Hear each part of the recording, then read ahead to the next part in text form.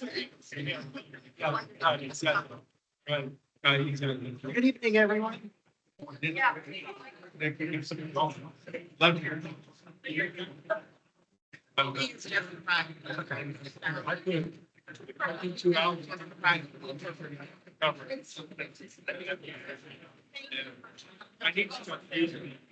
So I can.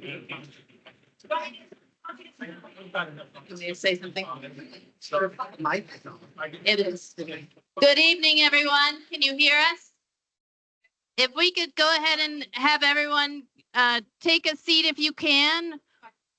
We also have a first floor Want me to get him? for viewing this Do you want meeting me to if get you quiet? would rather Okay. be downstairs you until get it's your turn to speak. Bills.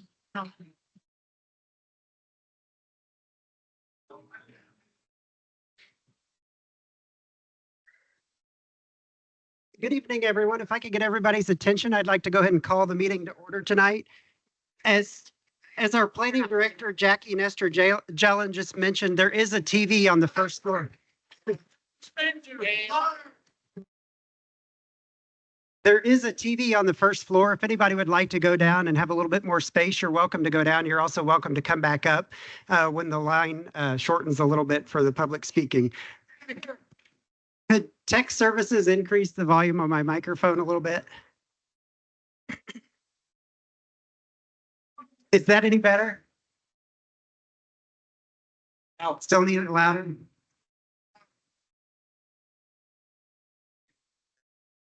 Text. Okay, is that better? Okay. Thank you. Thank you for your patience. We haven't had a crowd quite this big, so thank you all. But I'd first like to call the meeting to order tonight and thank you all for attending. So I will turn it over first to our planning director, Ms. Nestor Jelen, to call the roll.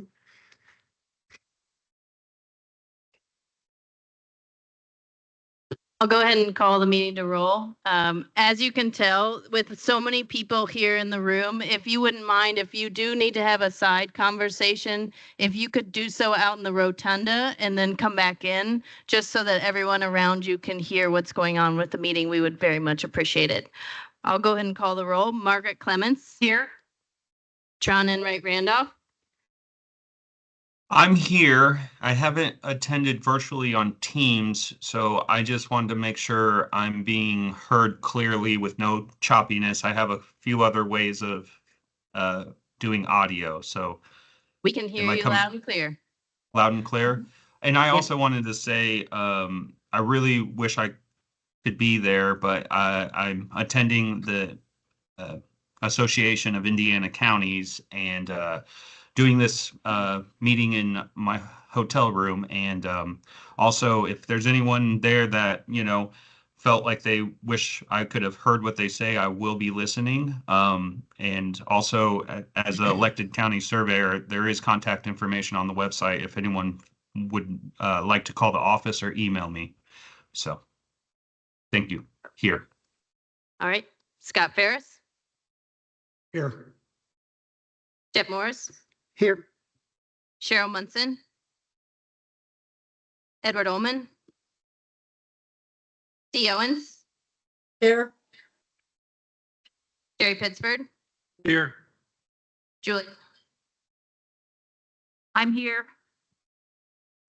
Okay, so we have 7 members on the Plan Commission attending, and then I'll also call our city representative, Chris Cockrum, Here. in attendance in person. And then also with us tonight are 2 other county commissioners, Penny Githens and Lee Jones. And then we've also invited in the audience other board members, county council members, township trustees, and of course, all of the public as well. So we do have a quorum. Okay. Thank you, Jackie. If you could please introduce the evidence for tonight. I'd like to introduce the following items into the evidence: the Monroe County zoning ordinance as adopted and amended, the Monroe County comprehensive plan as adopted and amended, the Monroe County subdivision control ordinance as adopted and amended, the Monroe County Plan Commission rules of procedure as adopted and amended, and the cases that were legally advertised and scheduled for a hearing on tonight's agenda. Move to approve. Second. Okay, it's been moved and seconded to approve the introduction of evidence. I'll call the roll. Tron Enright Randolph. Yes. Scott Ferris, Yes. Jeff Morris, Yes. Dee Owens, Yes. Jerry Pittsford, Yes. Julie Thomas, Yes. Margaret Clemens. Yes. Motion is approved 7-0.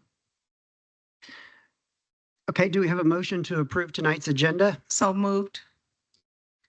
Okay, it's been moved and seconded to approve tonight's agenda, which only consists of review of the county development ordinance as a hearing for tonight. A vote yes is a vote to approve the agenda. Scott Ferris, Yes. Jeff Morris, Yes. Dee Owens, Yes. Jerry Pittsford, Yes. Julie Thomas, Yes. Mark, Yes. John Enright Randolph. Yes. Motion carries 7-0. Okay. We have no minutes to approve tonight, no administrative business, so we'll jump straight into new business tonight, which is our comprehensive amendments to the Monroe County zoning ordinance, text and maps, and subdivision control ordinance dated August 16th of 2024. So first off tonight, I'd like to thank everybody for attending. The Plan Commission consists of 9 members, 4 of which are by virtue of office and 5 are volunteers. Of the 9 members on the Plan Commission, 3 are elected, the surveyor, commissioner, and council member. And as Jackie mentioned, we have also invited county council members, county commissioners, township trustees, and other commissions to be present with us here tonight. So thank you all for joining us. So as the first item, I want to turn it over to Mr. Justin Roddy, one of our county attorneys, who will be going over a summary of legal information regarding the meeting tonight. Thank you. Can everyone hear me? My name is Justin Roddy. I'm an attorney with the Monroe County Attorney's Office. The purpose of tonight's hearing is to receive public comment on the draft County Development Ordinance, or CDO. The CDO process was initiated by the Monroe County Planning Commission. The draft CDO was prepared by the Planning Commission working with county staff and consultant McBride, Dale, and Clarion. The CDO comprehensively amends the text of the Monroe County zoning ordinance, the Monroe County subdivision control ordinance, and the Monroe County zoning maps. The CDO promotes the public health, safety, comfort, morals, convenience, and general welfare by establishing zoning districts and regulating how real property may be developed, subdivided, maintained, and used within the various districts. Also, the CDO provides for planned unit developments.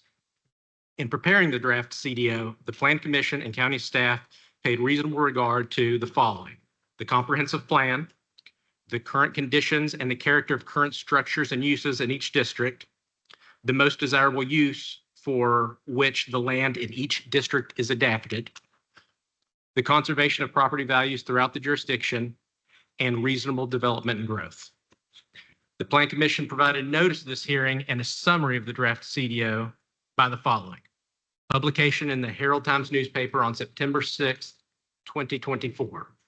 By posting written notice at the Monroe County Courthouse at least 10 days prior to this hearing, by posting electronic notice on the Plan Commission website at least 10 days prior to this hearing, and by mailing written notice to the owners of real property in the unincorporated areas of Monroe County and to the owners of real property within 1/8 of a mile of the Monroe County planning and zoning jurisdiction more than 10 days prior to this hearing.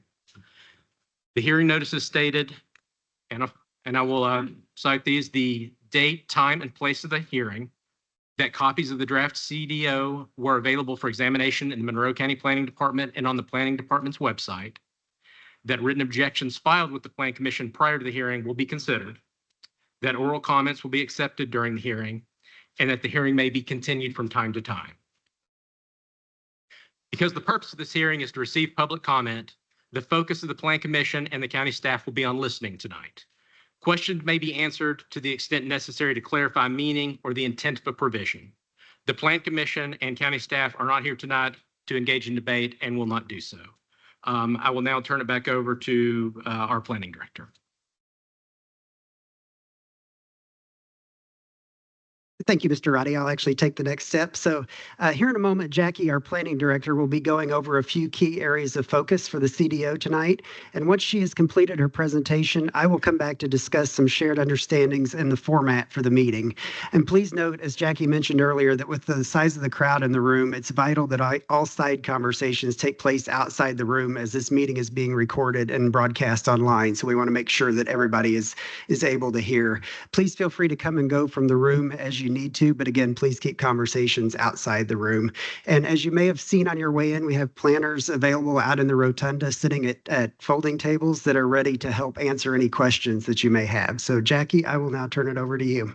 Thank you. And just before I get started, we do have the building commissioner here with us. And I just want to remind everyone, we have a capacity for safety in this room of 67 people. We're very happy to see this turnout. But before I get started on my presentation, we have 67 chairs in this room. So everyone that is standing is technically another person over capacity, which is a safety concern.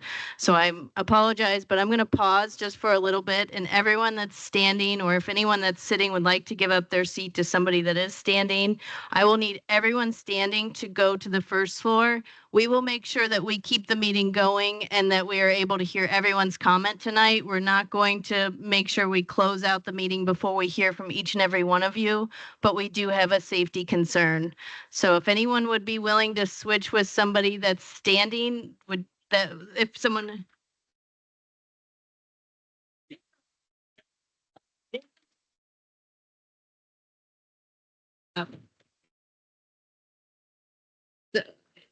Yeah.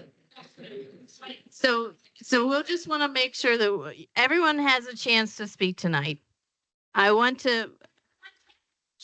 We will make sure that there is sound downstairs. Okay. Let me pause the meeting and we'll just make sure that there is sound downstairs. I'm sorry, I can't keep taking hand raises. Sorry, everyone, please. We want to make sure we keep the meeting efficient. There's no motion. So I believe only members of the Plan Commission can make a motion. I appreciate the feedback, and I think we should take a 10-minute recess while we attempt to fix the sound downstairs, assuming we are able to fix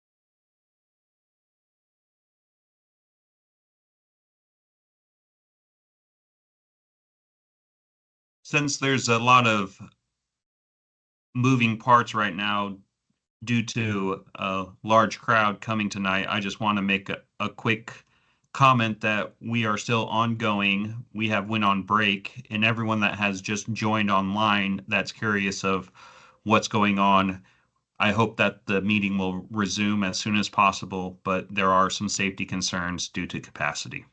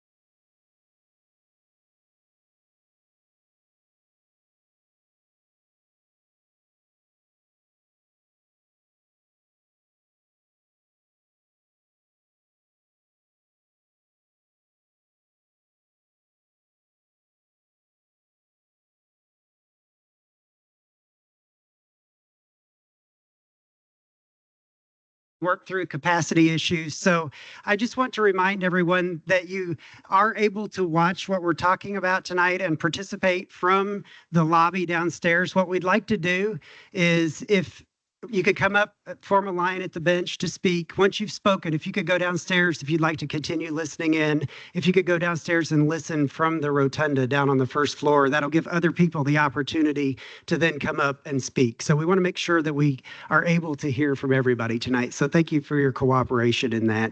The other thing. Sorry, can I make a suggestion? Sure. As they go, can they leave out this door? And that way we don't end up with Fishergren staying there.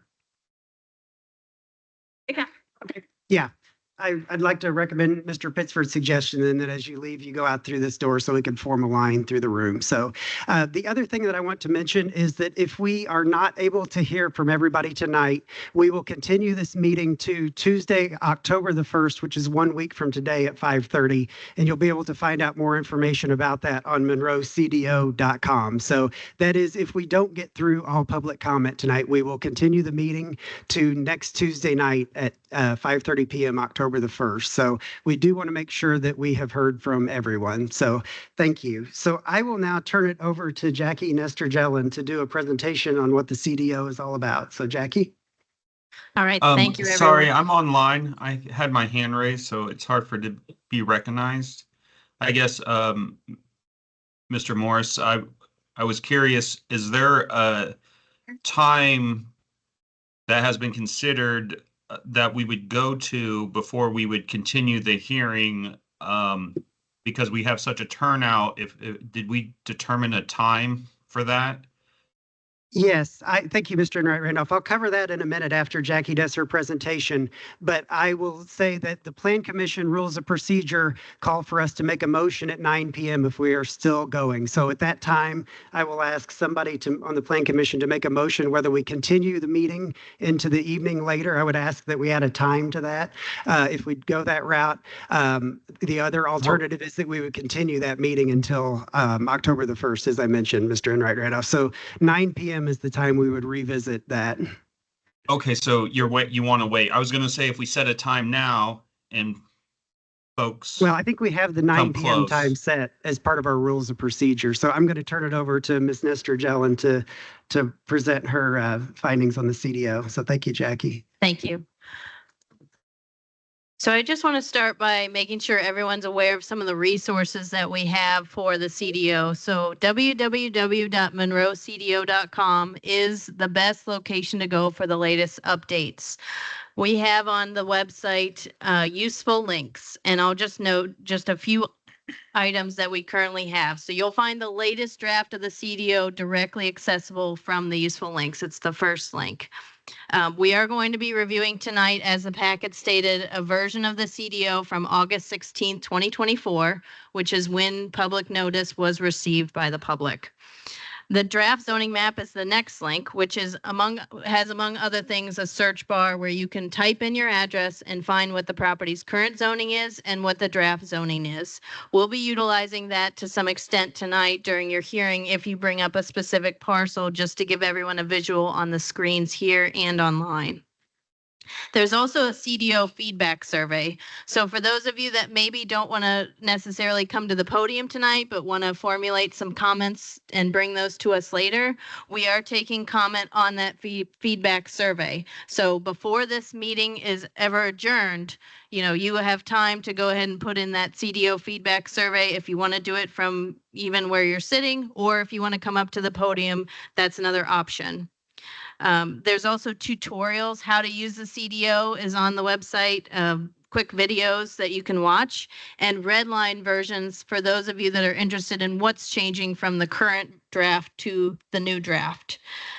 There's also an analysis of zoning map changes. So there's going to be quite a bit of consolidation from the current zoning districts to the new zoning districts. And so you may be wondering what zoning district I may be going from or to, and how that's related to the draft zoning map. It also includes area of vacant land within that each designation, as well as total acreage in each category. And then finally, there's a link to the list of CDO public comments. So we want to be transparent as possible. We want everyone to be able to see what other people's comments are and also to make your own comments and for those to be considered by the Plan Commission and ultimately the county commissioners. So I'll just go through a few big changes of the CDO. So first and foremost, it combines the subdivisions and zoning ordinances together and creates a new zoning map for the county. On this zoning map, it's consolidating down to 15 zoning districts, and we're reducing the number of uses from 372 to around 174. The purpose of this consolidation is to make the document easier to use. Beyond the old ordinance use consolidation list, we've even proposed several new uses from electric vehicle charging stations to short-term renter, owner occupied, and more. There's going to be 2 new chapters that are in the ordinance as well. This is going to be lighting as well as a Lake Lemon overlay. So those 2 things are brand new and not from the old ordinance.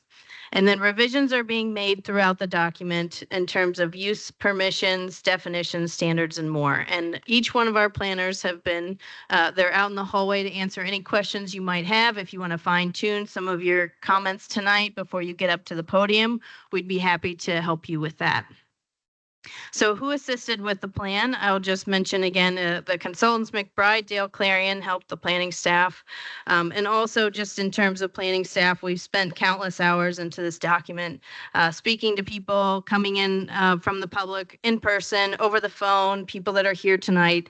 I just want to make a call out that I'm just proud to work with such intelligent, caring, and responsible people. This goes to other departments that have influenced the document and the plan as well. This includes, but is not limited to, the legal department, the highway department, the stormwater program, the building department, the health department, waste reduction district, surveyor's office, GIS division, parks and recreation, and the airport. So I do appreciate each and every one of you. We're not done. We've put our best foot forward and we're ready to hear from you and what you like, what you don't like, or anything that needs clarification or that you find confusing. So I want to just stress tonight, we do want to hear from each and every one of you. We do want to make sure that your comments are reflected and that the Plan Commission can ultimately review those comments and decide how we move this document forward. So how will your testimony tonight or online impact the CDO? You can come up to the podium tonight. That will obviously enter what you say into the record. If you hand out anything to the Plan Commission, please make sure that we get a copy because it is official record and we will have to make that available to the public. You can also go to our monroecdo.com website and fill out the feedback survey, as I mentioned, under the useful links. Or if you would like, you can email us at planningoffice@co.monroe.in.us and we will collect that as well. So we will be collecting all public comment in all of those forms and more. And we're going to be compiling those for the Plan Commission's consideration. Staff will be assisting and relating your comments to how it relates to the CDO draft. If necessary, you may have a comment and it may directly reflect an area of the ordinance that would need to be changed. And then the Plan Commission is going to direct staff on what changes to make and come back to another hearing with that revised document. So I just want to go over a quick timeline for the CDO adoption. So tonight is the hearing. This is the only statutorily required hearing. But as Jeff Morris mentioned, if we cannot get to everyone's public comment, we will continue that meeting. The first meeting that we have reserved is a date of October 1st, 2024. That's 5:30 p.m. in the same room. And then if continued from October 1st and we still need more time, it would be on October 3rd, 2024. But I want to note that until we either adjourn or continue this meeting tonight, do not leave now and assume that October 1st or October 3rd are your dates. So I do encourage you to stick around if you have comments and provide those to us if you are able. From there, it's going to go to a Plan Commission administrative meeting after staff is able to compile all of your comments and put those into some sort of matrix or spreadsheet for them to be able to edit or direct staff to edit the document. The Plan Commission will then hold a regular hearing on the CDO in its final form with or without those comments that you've made. And at that point, if they vote to proceed it to the Board of Commissioners, staff or anyone cannot make changes to the document at that point. It goes to the Board of Commissioners for both a work session and a formal session. And at that point, if the commissioners decide to make any changes from the version that left the Plan Commission, the Plan Commission will then have to relook at the document and have 45 days to review and either make a change to it or accept as is. So that is the timeline. We don't have defined dates because, of course, we want to hear from you. We want to give time for staff and our consultants to help us consolidate all of the comments that we hear from you tonight and relate that back to the ordinance and have the Plan Commission to have enough time to deliberate and review your feedback. If you would like to make sure that you're on our listserv to get up-to-date information other than going to monroecdo.com, there is a tab called Public Input. You can press go here and fill out your name and your email. We'll make sure to email you with every meeting that I just discussed in this timeline. So I will keep this slide up for each CDO speaker. I'm going to hand it back to Jeff just for some shared understandings, but he's going to go over this as well. But just to remind you, as you come up, we will ask you a few of the same questions. So please be respectful, and we'll try to get through everyone as quickly and as we can. So Jeff, do you want to go ahead and take it from here? Yeah, thank you, Jackie. So as Jackie mentioned, I'd like to go over a few shared understandings for our conversation tonight. So number one is this is a public hearing for the CDO. We, the Plan Commission members, are here to listen to everyone's testimony, but we will not be discussing comments tonight amongst ourselves or with speakers. All comments tonight will be added to the public record for future Plan Commission discussion. If anyone has questions, as Jackie mentioned, we have planners available outside the room at the folding tables. I would encourage anyone who has questions of planners to ask before speaking. If you need clarification on a topic, then you're free to come back in and ask your question or to get in line to speak. You're welcome to come and go from the room as you please. As we mentioned earlier, given the large crowd and the fact that we're recording and have this streamed on Teams, we ask that any conversation take place outside of the room. There's a helpful handout for each person that describes timeline and next steps after tonight's meeting, and there are copies available at the back of the room or in the rotunda on the first floor. So second understanding is if a Plan Commission member would like to ask a speaker a clarifying question, they may raise their hand after a speaker has finished and I will call on them. Plan Commissioners that are online should raise their hand and planning staff will help assist. And note that if a speaker mentions something that is not factual to the ordinance, staff are encouraged to clarify after the 3 minutes have been utilized. This is not to encourage a back and forth conversation, but rather to ensure the public leaves with accurate information. The third is each speaker will get 3 minutes. Per our rules of procedure, we kindly ask you to try to not repeat comments or keep comments that have already been made by other speakers concise. There will be a countdown clock displayed on the TVs on either side of the room or in Teams for virtual attendees. In the interest of fairness, I'll be cutting everyone off at the 3-minute mark. And out of respect for the crowd gathered tonight, I want to take comments in person for the first part of the meeting, and then we will start alternating back and forth between Teams comments and in-person comments. But I want to make sure that we give priority to the people who have gathered here tonight. So for the virtual attendees, once your name is called, your permissions will be elevated and you'll likely need to unmute your microphone. We will give you about 15 seconds to announce your name and try to speak. And if we can't hear from you within 15 seconds, we'll move on to the next person. And please feel free to try to rejoin the meeting and raise your virtual hand again. For the people here in the room that wish to speak, please line up on the wooden bench over here to my right and keep an orderly line. And let's keep several people in line so that we can keep everybody moving up to the podium in an orderly fashion. For virtual attendees, the chat has been disabled because it cannot be part of the public record. If you'd like to make a written comment, you can go to monroecdo.com and fill out the online CDO feedback survey. This is a public hearing, and so the record is anything spoken out loud or physical documents put into the record. Next shared principle is that each speaker will be asked to state their name and sign in if you're here in the room. We'll also ask if you're a county resident and whether you live inside or outside of town limits and whether you live, work, or recreate in the county. I may ask you to spell your last name as Plan Commission members may be taking notes to discuss later with planning staff, and we want to make sure that we have everyone's name appropriately identified.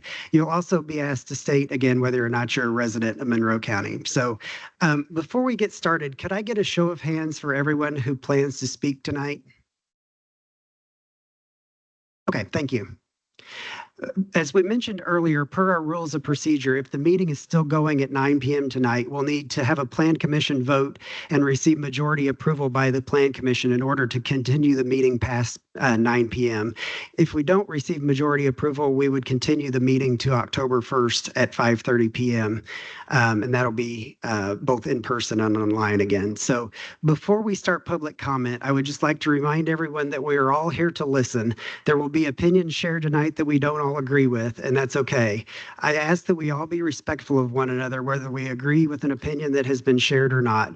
We are all here because we care about Monroe County and our county's future. So I just want to clarify something that I stumbled across as I was speaking earlier. There will not be questions answered by the Plan Commission tonight. So I just want to clarify that this is a listening session. I know I stumbled over my words in one of the earlier rules of procedure, so I just wanted to mention that. So the last thing I want to announce before we turn it over to public comment is that if I see vacant seats here in the room, I will announce to those of you that are on the first floor that we have a few seats available and welcome some of you that are downstairs to come forward. So Jackie, before I turn it over to or open it up for public comment, do you have anything else to add?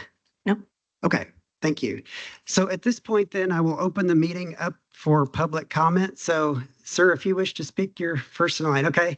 If the next person on the bench wishes to speak, you're welcome to come forward. Okay.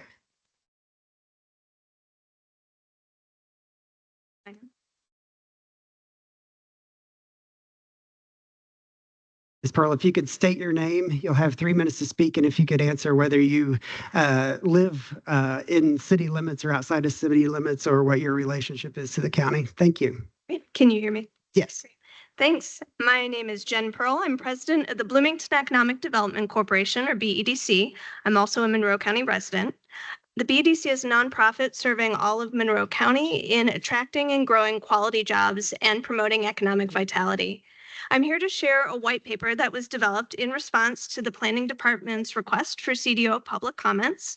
This paper was compiled by over 80 members and partners of 6 local organizations: the BEDC, the Bloomington Board of Realtors, the Building Association of South Central Indiana, or BASCI, Habitat of Monroe County, the Greater Bloomington Chamber of Commerce, and the Greater Ellisville Area Chamber of Commerce. Something we all share is a very deep love of our community. So these are our ideas for how the CDO can help create a thriving community now and into the future. The paper is largely based on the CDO draft posted on September 11th, but may include input from earlier versions. Commissioners have hard copies. For a digital version, you can also scan the QR code on one of our copies, or you could find it at bloomingtonedc.com under the news section. That's at bloomingtonedc.com under news. Wading into the content, section 1 highlights how the CDO can help us address community needs. Monroe County is a regional hub for talent with over 93,000 individuals, and while roughly 17% of our workforce commutes into the county, our largest employers report that half of their staff come from surrounding counties, which is kind of a big opportunity for us here. However, our workforce for the county is currently shrinking. According to the IU Indiana Business Research Center, Indiana's overall population growth is projected to slow, and the county projections are more stark. Our over 65 population is projected to grow by almost 48% from 2020 to 2050, an increase of 9,400 individuals. Our prime working age population, however, aged 25 to 54, is projected to shrink at 4.4%. And our population under age 20 is expected to shrink by 10% over that period. The great news is that our community has tools and assets to help shift these trends. Through land use and planning, the CDO can facilitate the growth of quality jobs, better wages, attainable housing, all paving the way for Monroe County's brighter future, especially as we face these challenges. During public comment today, our colleagues will highlight different portions of the white paper, including broad feedback on the CDO's direction and chapter-by-chapter notes. We welcome the opportunity to discuss any of these ideas further. And finally, thank you to the Monroe County Planning Department and the Monroe County Plan Commission for all of your time, talent, and multiple years of work that's been put into the CDO. We appreciate your service to our community. Thank you. Thank you, Ms. Pearl. Sir, you're up next. If you could sign in and state your name. Signed in on the top sign, I'm the first signer on here, like the Okay. first signer of the independence. We need another independence. My name is Bill Brott, and I live here in Bloomington. Last time I was in this room, we had about the same turnout because we were doing the same thing, protesting needless tax, the food and beverage, which they put a claim for a convention center. All I hear is paper rattling on that. I've not heard of anything other than them collecting the money, and I can't even find out how much money they've been collecting. So my question is, what are you going to do with the old buildings when you build the new ones? You tear them down like everything else you're tearing down in town? Has anyone, how much thought gone into the logistics of having to move people? So moving the courts, that's going to add to it. There are all types of costs in there that probably have been skimmed over. And what I ask of you folks here and any of you listening, it doesn't matter what they vote here. We got a vote coming up in a couple of weeks. That's where you show them what you think about their planning. Thank you. Thank you, sir. I appreciate your comments. Next up, if you could sign in and state your name and state whether you reside within the city or outside city limits. Yep. Name's Ryan Langley. I live in the county outside of city limits.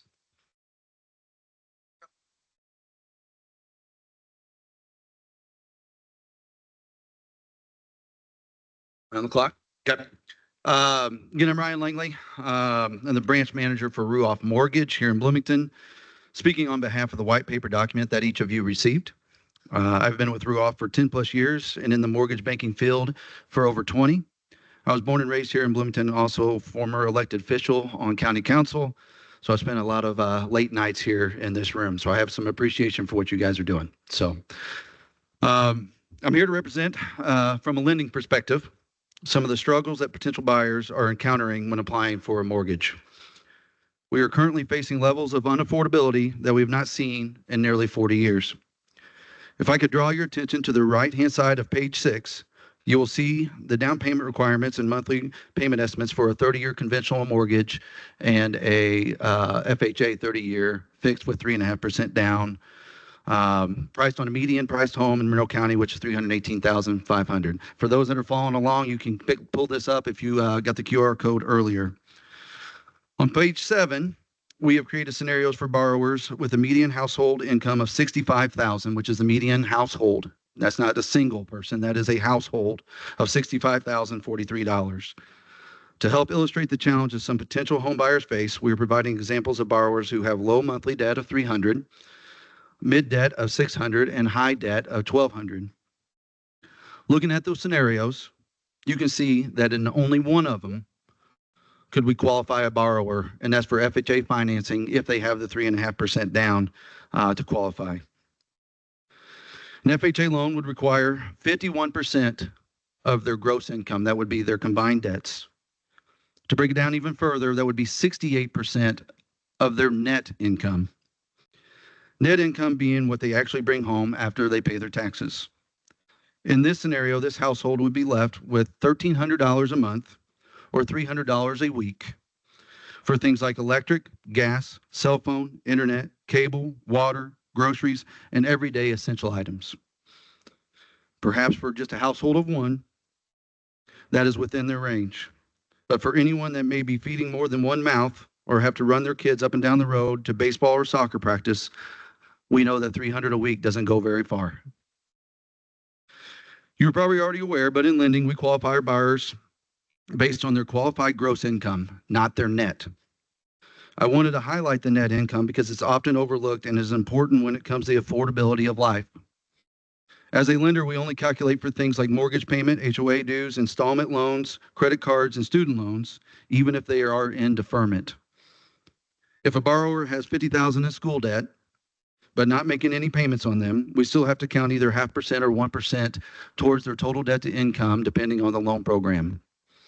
So you can see how we adding a $250 or $500 monthly payment to their already auto loans or credit card debt. Mr. Langley, It's I'm not going to sorry, go but very far. I'm sorry, but your 3 minutes are up. We Okay. appreciate you speaking tonight. All right. Thank you.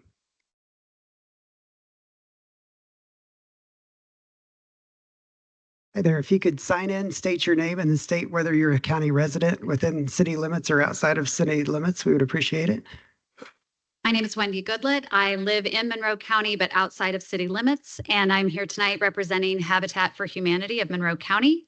I'm also speaking on the white paper and will be continuing in section 1A. Talent, attraction, housing, and job growth go hand in hand. Our community's ability to provide attainable housing is central to attracting and retaining both the employers and talent needed to make our community vibrant. Labor shortages were named the #1 workforce issue for 2024, followed by affordable housing and upskilling. Why worry about jobs and housing if our working age population is shrinking? The central challenge ahead of us is not about population growth. At a most basic level, it is about ensuring that we have sufficient replacement population and talent to ensure community succession planning while caring for our older neighbors. This is to maintain our current level of economic vitality while raising quality of life for our currently struggling neighbors.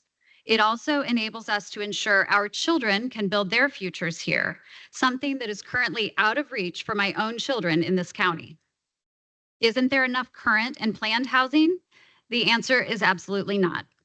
The CDO impacts land use for possibly decades to come. Therefore, it's critical to signal where housing can go to guide future development. Current supply is low. A 3.6-month supply of housing inventory was on the market in Monroe County in August 2024. Less than 6 months of supply pushes housing prices up rapidly, which is what we have been and are currently experiencing. We need greater diversity of housing type for the future. The county's urbanizing area plan calls for promoting diverse housing choices. We currently have a housing shortage for all sectors except student housing. Different types of homes are needed for workers, families, empty nesters, and retirees. Although other new developments in Bloomington and Ellettsville are moving forward, these projects do not fully address the spectrum of needs. This is a challenge that will require participation by all. It is not a them problem. It is imperative that the county enact policies that focus on needed housing sectors and encourage home ownership and neighborhood opportunities that no longer exist inside the city. The effect of squeezing this type of housing out by policy with companion economics for feasible development pushes these families and community members to find housing outside of the county. This diminishes our tax base, adds commuters on the roadways, and causes the county to become stagnant when we should be envisioning vibrancy for the future. Land and development costs rise exponentially when policies push out housing with reduced opportunities for building. Programs that promote affordability, like Habitat for Humanity, cannot operate in an environment where large lot zoning precludes neighborhood development. Land that is expensive and cannot be platted to accommodate affordable sized lots for families to own perpetuates income disparities in our community. Sorry to interrupt you, Ms. Goodlett. Your time is up, but thank you for coming out tonight to speak. You could sign in, state your first and last name and whether you live, work, or recreate in the county. We'd appreciate it. Thank you. I'm Sally Beard, and I live in Monroe County outside of city limits. I'm the current board president of the Bloomington Board of Realtors and a broker at Sterling Real Estate. I'm also speaking on the white paper presented this evening, specifically page 10. The CDO is critical to helping address the current needs of our community while attracting and retaining talent to help us maintain a vibrant place to live. Key factors that attract and retain talent in a community include ample career opportunities, affordable cost of living, and high quality of life. My job puts me in the unique position of meeting people when they're in the process of deciding whether or not to move to Monroe County. Many come to me already excited about what they've heard. The conversation quickly turns to housing, and many are surprised by the cost of housing and the lack of affordable housing options. These are clients with professional jobs, nurses, teachers, police officers, contractors. They're qualified buyers who are anxious to put down roots and start investing in Monroe County. But in the past few years, the number of houses I've sold outside of Monroe County to people working in Monroe County has increased substantially. For most, it is their preference to work and live in Monroe County, but the cost of housing and lack of housing has forced them to broaden their search to our surrounding counties. There are many community benefits to having attainable housing and quality employment in Monroe County. Improved quality of life by reducing longer commutes, which is a savings in transit and time for workers. Improved environmental sustainability by reducing longer commutes, which results in a lower footprint of carbon dioxide emissions. Limiting sprawl from workers looking further afield for affordable homes. Increased ability to attract and retain talent. Our larger employers are also reporting more staff commuting from outside of the community, which poses a challenge for them to attract and retain those staff long-term. Revenue for local government. It is highly beneficial to local government revenues when residents, workers, and employers stay within the county. Diversification and growth is the best way for communities to stay financially afloat or even grow their financial health and to maintain a quality of life that attracts new and retains existing Monroe County residents. Thank you. Thank you. We appreciate your feedback. Sir, welcome. If you could state your first and last name, whether you live, work, or recreate in the county. Hello, my name is Eric Spoonmore. I'm a Monroe County resident, not in the city limits. I am president of the Greater Bloomington Chamber of Commerce, and these remarks are my own tonight, although some of this will overlap with a lot of what is in the white paper. I first want to thank all of the members of the public. You know, I was a member of the county council for 6 years, 2 years of which I was president. I have never seen this room so full of concerned citizens, and I hope you all will take this feedback into account, especially our elected officials who are known frequently to overturn your recommendations. So I want to address some concerns that we have with the CDO. Again, all of which are reflected in the white paper. First, current CDO is based on a comprehensive plan from 2012, decade old. It's a little problematic. We need to update the comprehensive plan to prevent development that's guided by project decisions. Without an updated comp plan, the CDO functions as an operating system without overarching principles. We need to ensure that the CDO is fully aligned with its guiding documents, including the comprehensive plan and urbanizing area plans. Second, the latest draft of the CDO is close to 500 pages, and multiple iterations have been posted in August and in September 2024. This has made it extraordinarily difficult and challenging to review the many unforeseen updates. Residents and businesses would benefit from ample opportunity to fully understand what's in the document and respond to the latest version. And third, one of our most significant concerns relates to how the CDO would impede the community's goals of achieving more attainable housing for our workers. This is because limited land for housing can drive up the price of land. Restrictions in the code can add to construction costs, which increase home prices. And larger residential lots could lead to further sprawl conditions that are inefficient for the provision of government services. I don't think this is a radical view. And as you know, residential development is included among the key priorities and principles of the comprehensive plan and urbanizing area plans, which guide the CDO. One of the CDO project goals is to, quote, follow the vision, goals, and objectives of the comprehensive plan and encourage economic, environmentally friendly, and socially sustainable development. That's a quote from the comp plan. Also, the urbanizing area plan suggests several approaches to housing diversity, including greater density from the construction of multifamily attached homes, patio homes, and cottage homes. It recognizes that older households are wanting to downsize, while new households are generally decreasing in size from previous generations. The urbanizing area plan also references several fiscal benefits of greater housing density, including reducing the upfront costs of infrastructure, generating more property tax per acre, and minimizing the per unit cost of government services. And then finally, the proposed CDO zoning map shows fewer smaller parcels of land available. Smaller parcels would allow more affordable residential development, and smaller minimum lot sizes helps reduce the per lot cost of infrastructure, which in turn leads to lower prices for homes, which we desperately need in Monroe County. Thank you, and commissioners, we'll see you tomorrow for the discussion on the jail. Thank you, Mr. Spoonmore. Eric, you took the sign-in sheet. Sorry. We'll get a new sign in shape. Thank you. Go ahead and sign the next stuff. There's no paper here. My name is Mary Jane Hall, and I reside in Bloomington. I am a past president of the Bloomington Board of Realtors, broker at FC Tucker. I'm speaking on behalf of the white paper you have, and generally speaking to pages 15 to 17. I'll begin with sewer options, always a thrill, but we have a sewer conundrum in Monroe County. We do not have enough sewer capacity to sustain us going into the future. And the comprehensive plan says Monroe County shall encourage the provision of sanitary sewers to our designated communities. So how indeed will we do that if there's no means to do it in the CDO?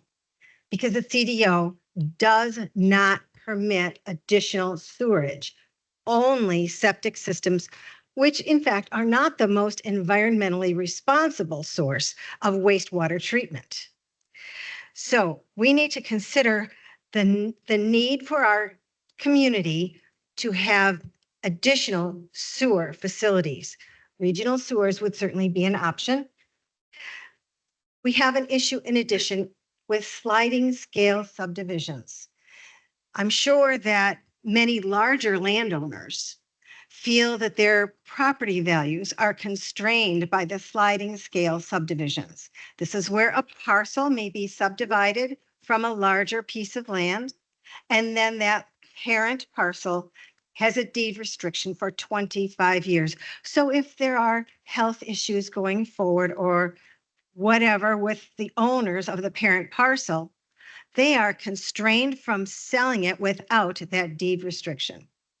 And so if you are farming and are suddenly unable to continue to farm the land, you have a deed restriction on your property that you cannot sell it to someone who isn't going to use it for agricultural purposes. This is a restriction on their property rights as homeowners, property owners. The CDO therefore definitely affects property values.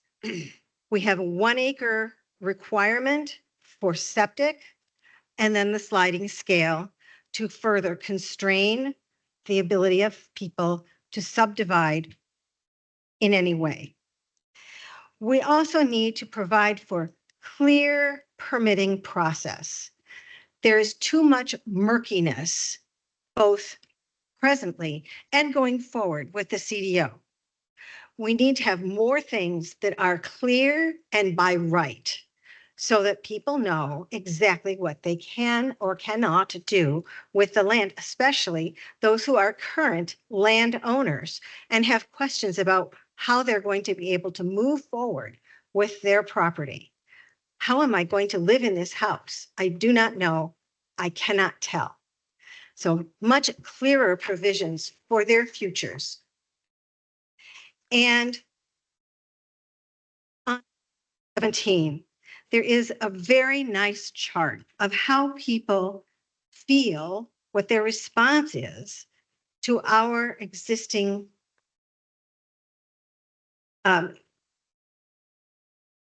offerings in our county. Offerings is not exactly the right word. I'm sorry about that. And I'm sorry to interrupt, but your 3 minutes are up. So thank you for Thank you coming very out much. tonight. And I'll sign in now. Thank you.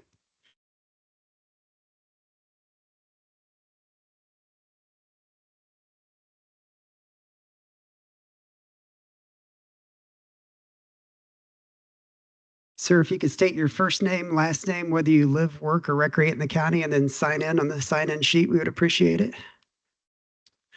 Good evening. My name is Clark Greiner. I live outside of Monroe County. I work for the BEDC. I'm speaking on the white paper, section 1C, pages 18 through 21, if you'd like to follow along. And these are broad recommendations. Monroe County can set a course for a thriving future while steering clear of unintended consequences for workforce, housing, and jobs through updates to the comprehensive plan and the CDO. We submit the following recommendations, including suggestions that run parallel to the CDO. So 1, create a shared vision and update the comprehensive plan. Comprehensive plans are crucial and guiding land use decisions to meet community needs for housing, employment, preservation in a proactive way. 2, consider a regional position when updating the CDO and comprehensive plan, because Monroe County is a regional hub and a regional lens is also needed across the comprehensive plan and the CDO to ensure land use complements employment, workforce needs, and those realities. Therefore, we recommend communicating with other local governments, planning departments to ensure coordination across jurisdiction as we work to meet our community needs. 3, extend the time to review the CDO and to create an interim update period.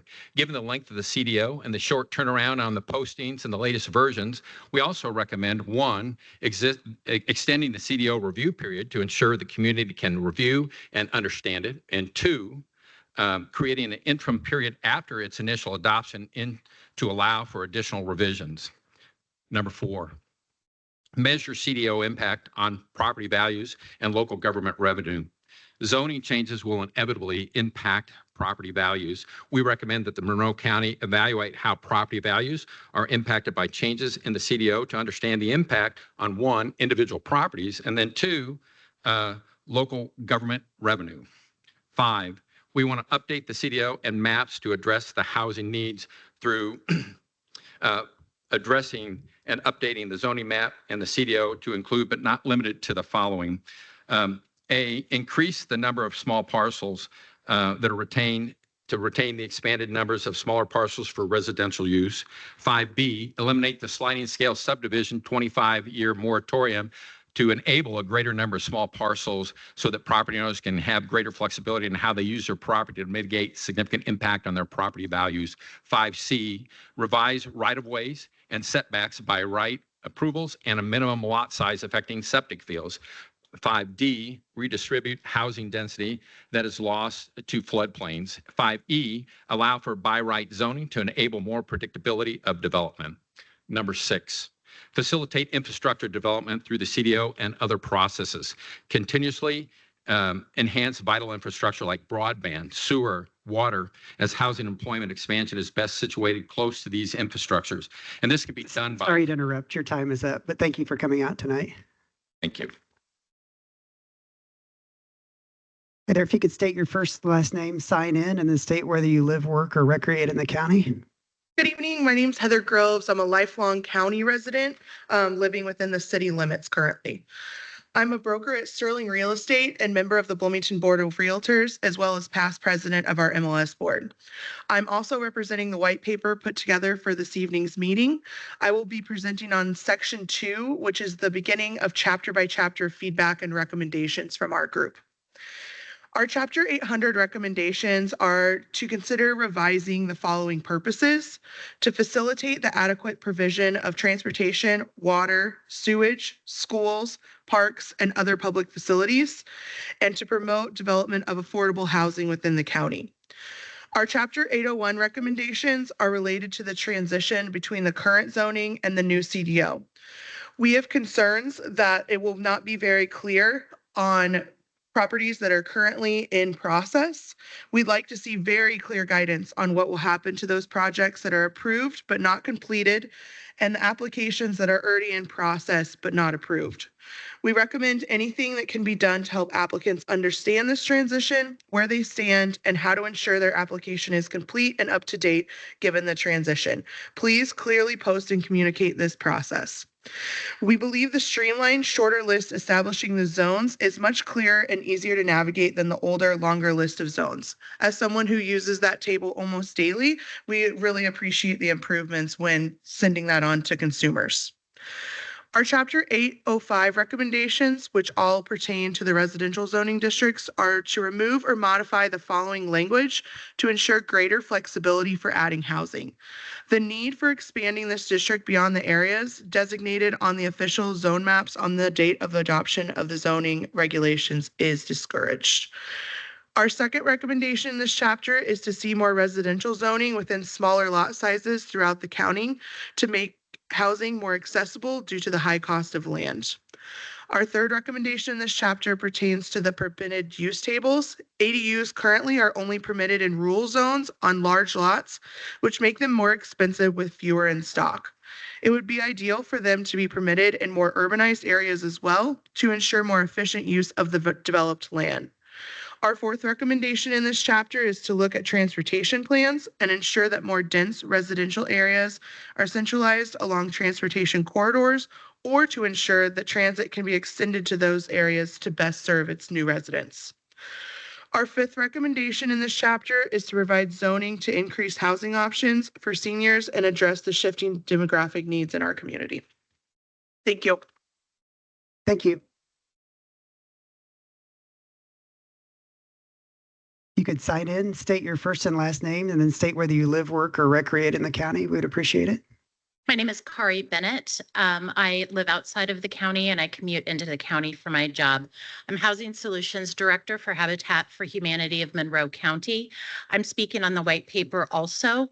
My comments are going to focus on recommendations in part of Chapter 805 and also in Chapter 806. In my role, I spend a good amount of time doing what I call zoning math, seeing how many buildable lots we can fit on a parcel of property. These are critical calculations for affordable housing. As the costs of land and infrastructure development increase, it is imperative that we maximize the number of homes that can be built on a piece of property. Two of the residential zones, low development residential and community development residential, do not allow Monroe County residents to maximize the number of homes that can be built per acre of property. The minimum lot size for low development residential is 0.34 acres. That equates to 2.9 lots per acre. That means that 1 acre of land can only be divided into 2 lots. There is a balance of 0.32 acres. I have given all of you a one-page handout that shows some illustrations that you can follow along. The top box on the handout illustrates this situation. If the minimum lot size is reduced by 1/100th of an acre to 0.33 acres, it is possible to divide 1 acre of land into 3 lots with only a balance of 1/100th of an acre. That is the second box on the handout. The minimum lot size for community development residential is 0.21 acres. That equates to 4.76 lots per acre, which means that 1 acre of land can only be divided into 4 lots. And then there's a balance of 0.16 acres. The third box on my handout illustrates that situation. If the minimum lot size is once again reduced by 1/100th of an acre to 0.2 acres, it is possible to divide 1 acre of land into exactly 5 lots. The final box on the handout illustrates this scenario. Let's review the size of 1/100th of an acre. That is 435 square feet. That is an area approximately 22 feet by 20 feet. It's probably very similar to the area that you are sitting in right now. To allow Monroe County residents the opportunity to maximize the number of homes that can be built on their property, we urge you to lower the minimum lot sizes of both low development and community development residential zones by 1/100th of an acre. Speaking also on sewer service, I would like to start by saying that we appreciate that the prohibition on expanded wastewater treatment facilities that was in the August 16th version has been removed in more recent versions. And I'm sorry to interrupt you, Ms. Bennett. Your 3 minutes are up, but thank you for speaking tonight. Hi there. Thank you. This is Christopher MG from the Greater Bloomington Chamber of Commerce. Good evening. I am a Monroe County resident, a Bloomington homeowner stuck in a 950 square foot home. Tonight, I'm going to talk about the CDO Chapter 807, which is the business zoning districts. We're going to be looking at limited business LB districts and general business GB. I want to compliment the staff, especially Ms. Jalen, on her responsiveness. There's some good things within that section. For best practices, there's cohesive grouping and access control there. The ordinance focused on grouping businesses and providing interior cross access aligns with best practices. The approach reduces traffic congestion, improves safety by minimizing highway entry and exit points. And environmental protection, what this does is reflects our commitment to the environment sensitive areas with a thoughtful approach that does sustainable development, ensuring new business does not negatively impact things we care about like floodplains, watersheds, and other critical areas. The LB district, the setbacks in the 9/11/24 update improved to 25 feet, which is helpful. Where we have some concerns on the white paper, and if you follow along on page 26, is the cumbersome setbacks. The minimum front yard setbacks, particularly in the GB district, may be seen as overly restrictive. For example, requiring 70 to 150 feet setbacks from the road center line can significantly reduce usable land, especially for small, medium-sized businesses, which means small, medium-sized business need flexibility. In some areas, these setbacks can also run into ridge tops and high slopes where one cannot build. This could limit development opportunities and discourage business growth in those zones. So a concern is the setbacks combined with the 1 acre minimum for septic can render certain lots just unusable. So the question remains, how many properties have gone into the up zone or down zone? And then the question is, what is the process will the county follow if that zoning changes causes land to become, say, less developable, maybe even lose value? So the other second concern is the comparative overreach. So when we compare the previous standards to the increases in minimum setbacks, it could be viewed as that overreach. This shift seems more stringent, may not align with the needs of businesses, especially in areas where space is limited and where prior standards were sufficient for safety and aesthetic purposes. And then third, the pre-existing businesses, the PB zone is disappearing, either going to business or residential, depending on the current use. Have all these business owners weighed in on these changes for their properties? So the recommendations would be to reevaluate those setbacks. Reducing the front yard setback requirements, particularly in the GB district, would be a development more feasible without compromising the ordinance's intent. A balanced approach, possibly reverting previous standards in certain areas, would encourage more business growth and, again, flexibility and application. Introducing more flexible and setbacks and requirement, perhaps through conditional waivers based on specific site conditions or business needs, would prevent the ordinance from being overly rigid and promote a more friendly business environment.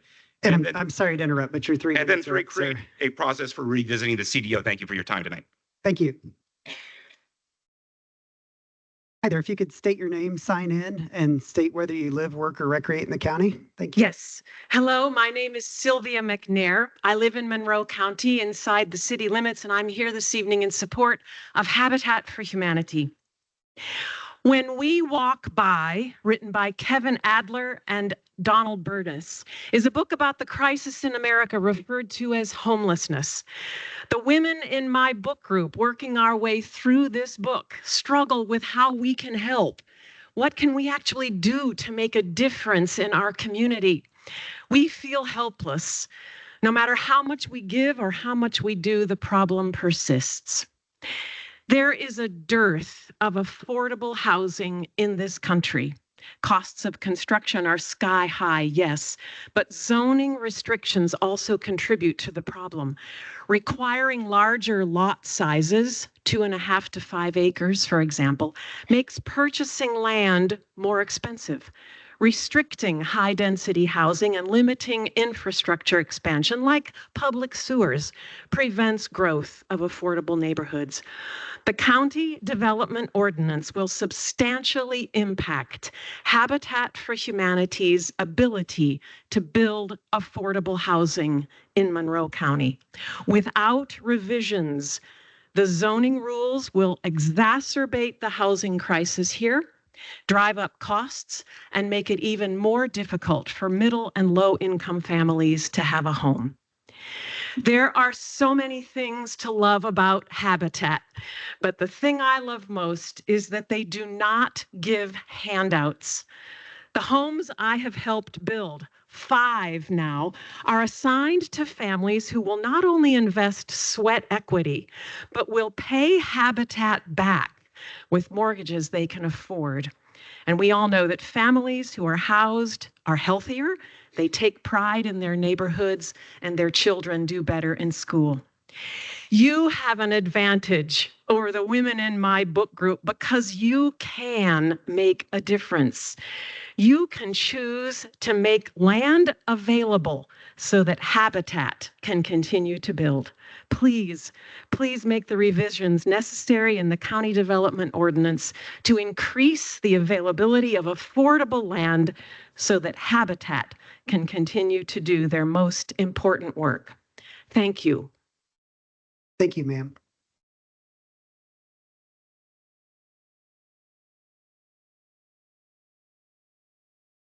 Good evening. My name is Jason Bell. I'm the Executive Director of the Builders Association.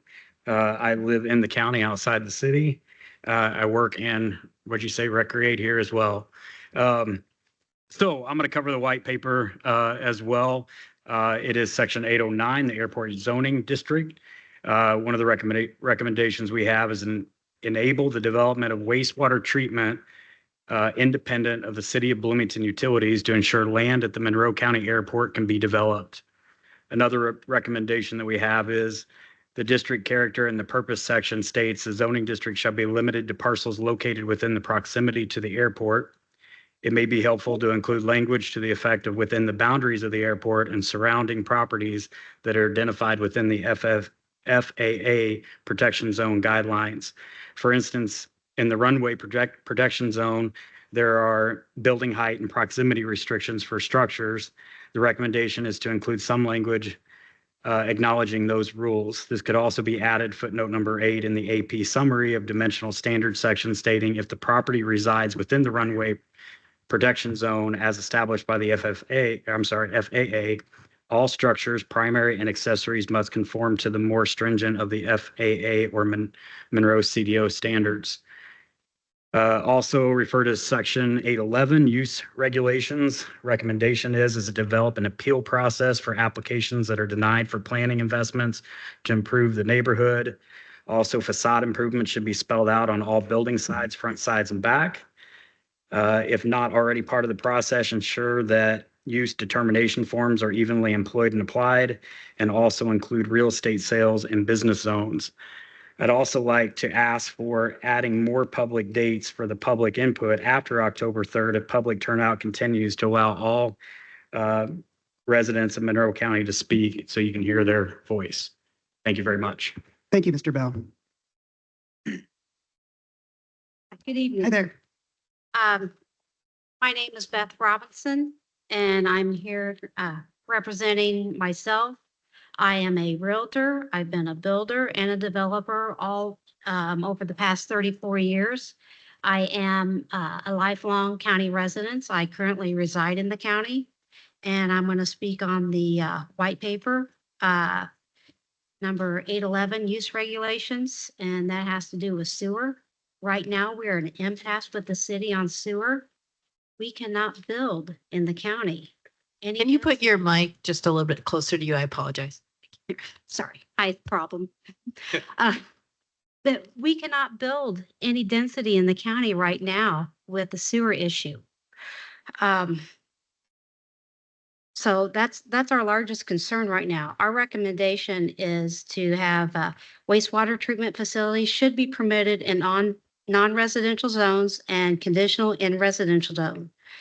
Water treatment facilities should be permitted in all zones, and the zoning cards in chapters 804 to 809 should be updated to be consistent with these revisions. In chapter 811, recommendations on land use not listed in the CDO, understanding this was removed from previous drafts. It would still be helpful to add some type of process for assessing land use not listed in the CDO rather than assuming it is not permitted.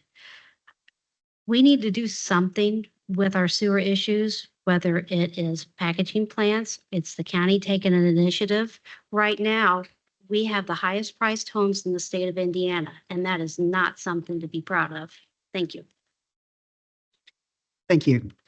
I do want to recognize excuse me, I do want to recognize our community members who are online. So what I'd like to do is get through the 4 people that are standing, and then at that point begin alternating between in-person and virtual attendees. So if you're online and wish to speak, please go ahead and raise your virtual hand. And after the next 4 speakers, we'll begin alternating between in-person and online. So I do want to recognize the people who've been waiting patiently. So ma'am, if you'd like to go ahead and come forward. My name is Tammy Druckmiller. I am a county resident. I live outside of the county. I'm speaking on the white paper on behalf of Baskey, particularly page 32, chapter overview 813, asking the question to give the recommendation for allowing smaller lot sizes while there are still few that are larger sizes, and we'd like to see those smaller. And also on page 32, 815 lighting, while it's not a major concern for most commercial properties to use photogenics, it just requires the plan to show how bright it is and not exceed the limits for commercial properties. So we'd like it to be helpful if you could list the lights. And then another recommendation and question we have, is there any lighting for security required if a business is open after dark? There should be a minimum standard we feel applied to anything under commercial standards and multifamily occupancy. And that is all I have to speak about. Thank you. Thank you for coming out tonight. We appreciate it. Hi, good evening. My name is Alicia Schott. I'm a Monroe County live-in, work-in resident outside of the city limits. I'm representing myself at CMG Home Loans as a senior loan officer there and Baskey as a member of the board of directors. I'm speaking on the white paper represented this evening on number 816, for landscaping. We have some recommendations, and those include the following. Modify the buffer requirements to allow for context-sensitive designs that consider the size and shape of the property, as well as the type of adjacent land uses. This flexibility would enable better land use without sacrificing the benefits of those buffers. Secondly, introduce incentives such as tax breaks or grants for natural plants or businesses that go beyond the minimum landscaping requirements or implement innovative solutions. This approach would encourage voluntary compliance without imposing undue financial burdens. Additionally, allow for the tree plantings and preservation elsewhere on a property as an offset, which could be beneficial for large lots in the county. It is ideal to preserve the existing tree canopy for many reasons. At the same time, it's important to balance preservation with land use for things like attainable housing. We've heard tonight there's a very big demand for that. I see it daily. For example, if you have 50-acre site that has a 50% tree canopy today, 25 acres that is, they would have to preserve 17.5 acres of the tree canopy at 35% of the site. That's a fair bit of this, as it seems. Lastly, we recommend to expand the list of approved species or provide a mechanism for businesses to propose alternative plants that meet the ordinance's goals. This change would make compliance easier and much more cost-effective for businesses. It would also be helpful to incorporate the Indiana native list from an existing agency. Using our friends, we have them, such as an Indiana Native Plant Society. These lists get updated regularly. If the ordinance automatically refers to this list, the ordinance does not have to be constantly updated, nor would we have to continue meeting. Thank you for being here. Thank you, ma'am.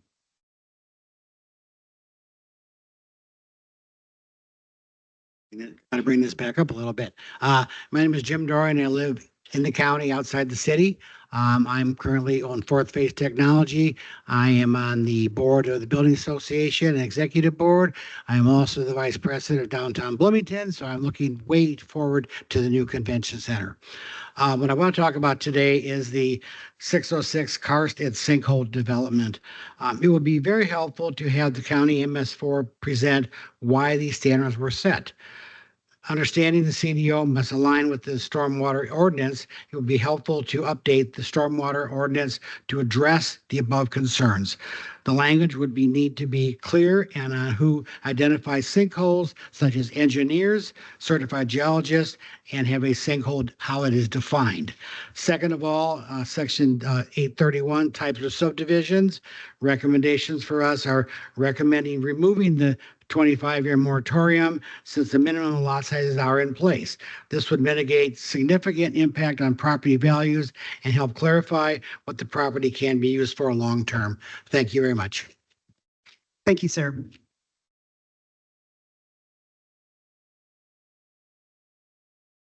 Good evening. My name is Marvin Olmert. I live outside the city limits. I'm the Monroe County Farm Bureau Incorporated president. We represent over 3,000 members in our community for property rights and agricultural rights throughout not only here, but also state and federal issues. Some things I find concerning is on this proposed CDO, I would like confirmation on the definition of accessory livestock that doesn't show up in ag zoning district and is only in place for residential zoning. That is not clear in this. Most states and federal regulatory agencies do not consider cattle and swine equal. Utilizing standard animal unit calculation, which is used by IDEM and US EPA, 1 cow equals 1 animal unit. Swine over 55 pounds equals 0.4 animal units. Swine 15 to 55 pounds equal 0.1 animal units. Sheep and lambs equal 0.1 animal units. Based on these calculations, swine should be considered a medium livestock versus large animal livestock. So are you resetting what the US EPA and IDEM has considered animals and how they're regulated? Small livestock, I have to assume that this will put pressure on folks wanting to have eggs that likely already have have the chickens already. Chicken coops can get a reduction setback of 20 foot, but what are they setting back from? It's not stated. Number 2, the setback for containment shall be the minimum of 50 foot. 50 foot from what? Could this be considered a talking point, or what are we taking it from? Not having a fence near a property line is not only to create more issue, but isn't normal practice for most livestock production. Number 4, domestic animals can be a resident make the argument that my pigs or my chickens are pets. Thus, the ordinance doesn't apply. They could be emotional support animals. Who is going to enforce this ordinance, as well as what is the cost of non-compliance? In my opinion, this will only put additional costs on the county. We have folks looking for property tax relief from both farmland and residential taxes. Less property tax revenue continues in municipalities while trying to enforce more regulations. Also, when we look at agricultural events cannot accommodate more than 300 guests and be limited to 40 days a year, who is going to regulate this? And none of these events can begin before 10 a.m. So if you have people coming to your farm to watch a live birth of an animal, we can't tell them an animal whenever something's going to be born.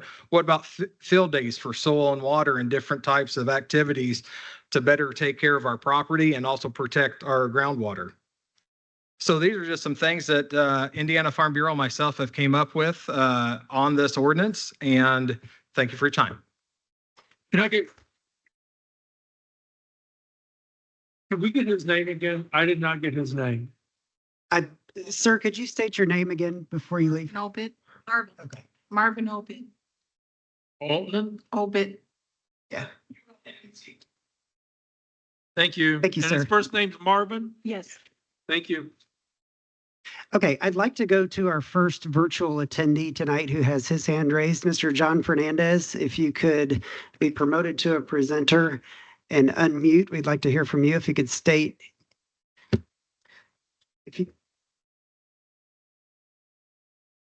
Thank you. My name is John Fernandez. I am a resident of the city of Bloomington and Monroe County. I wanted to join tonight to specifically oppose the proposed downzoning of the property owned by my client at 3500 South Snotty Road. The proposed designation for this property is RES. We believe that the appropriate zoning for this property should be high development residential, quote, HD, unquote, zoning district. Just to read from your proposed ordinance, the HD districts is defined as that which is primarily intended for residential development in an urban service area where public sewer service is available and near amenities such as grocery stores, schools, residential areas, etc. A quick history on this property. This property was previously in one of the areas intended for annexation. In 2006, the owners of the property entered into agreement with the city of Bloomington, whereby they transferred land, which is now known as the Rogers Family Farm, to the city of Bloomington. And as part of that agreement, the city agreed to adopt the RS zoning designation as part of their 2007 UDO update for the Snotty Road property. Additionally, the CBU also agreed to provide water and sewer services to this property. This CBU service agreement remains in effect today. And so this property was zoned RS under the city zone in 2007. And it should be noted that the city's RS zoning at that time permitted 4 units an acre. Well, when the county adopted its current zoning ordinance, it assumed jurisdiction for these areas that were previously designated as AFAs. The current map for this property states that it's RS/AFA. Note that the current county zoning ordinance does not include an RS zoning district. In addition to that zoning adoption, the current zoning ordinance actually includes language that says that in addition to the zones and overlay districts provided above in that particular section of the ordinance, says that the Monroe County zoning ordinance incorporates those sections of the city of Bloomington zoning ordinance, which would apply to the zoning effective of those areas of the county formerly under the Bloomington's planning and zoning jurisdiction and control. So the existing zoning is RS as defined by the city. This downzoning would substantially diminish the value of this property, and we believe it may rise to the level of regulatory taking. Thank you. Thank you, Mr. Fernandez. Sir, if you'd like to come forward, you're up next. If you could state your first name, last name, and whether you live, work, or recreate in the county. I'm Joe Van Deventer. I live in Washington Township outside the county. A lifelong resident of Monroe County. I oppose the CDO in its current state. The fact that we're sitting here talking about how many chickens you can have shows us where we're at. You've heard from the business world here tonight. You've heard from the realtors. You've heard from the ag community, and I'm not sure who you consulted with, though you didn't consult with your taxpayers. You didn't consult with the Monroe County people that this is affecting, obviously. That's why you have the crowd here tonight. I think when we talk about affordable housing, that depends on how big your paycheck is. I think we should put this energy into attracting businesses here, make housing more affordable. The land restrictions, it don't take into account, folks wanting to give a grandchild a lot or a child or a mother-in-law that needs to move home. I don't think we should keep adding these restrictions at a time when we're taxing people more every year and their land options are going down. This would bring their land values down. And on a farmer, if they try to follow your rules, it could bring their income down. So, thank you. Thank you, sir, for coming out tonight.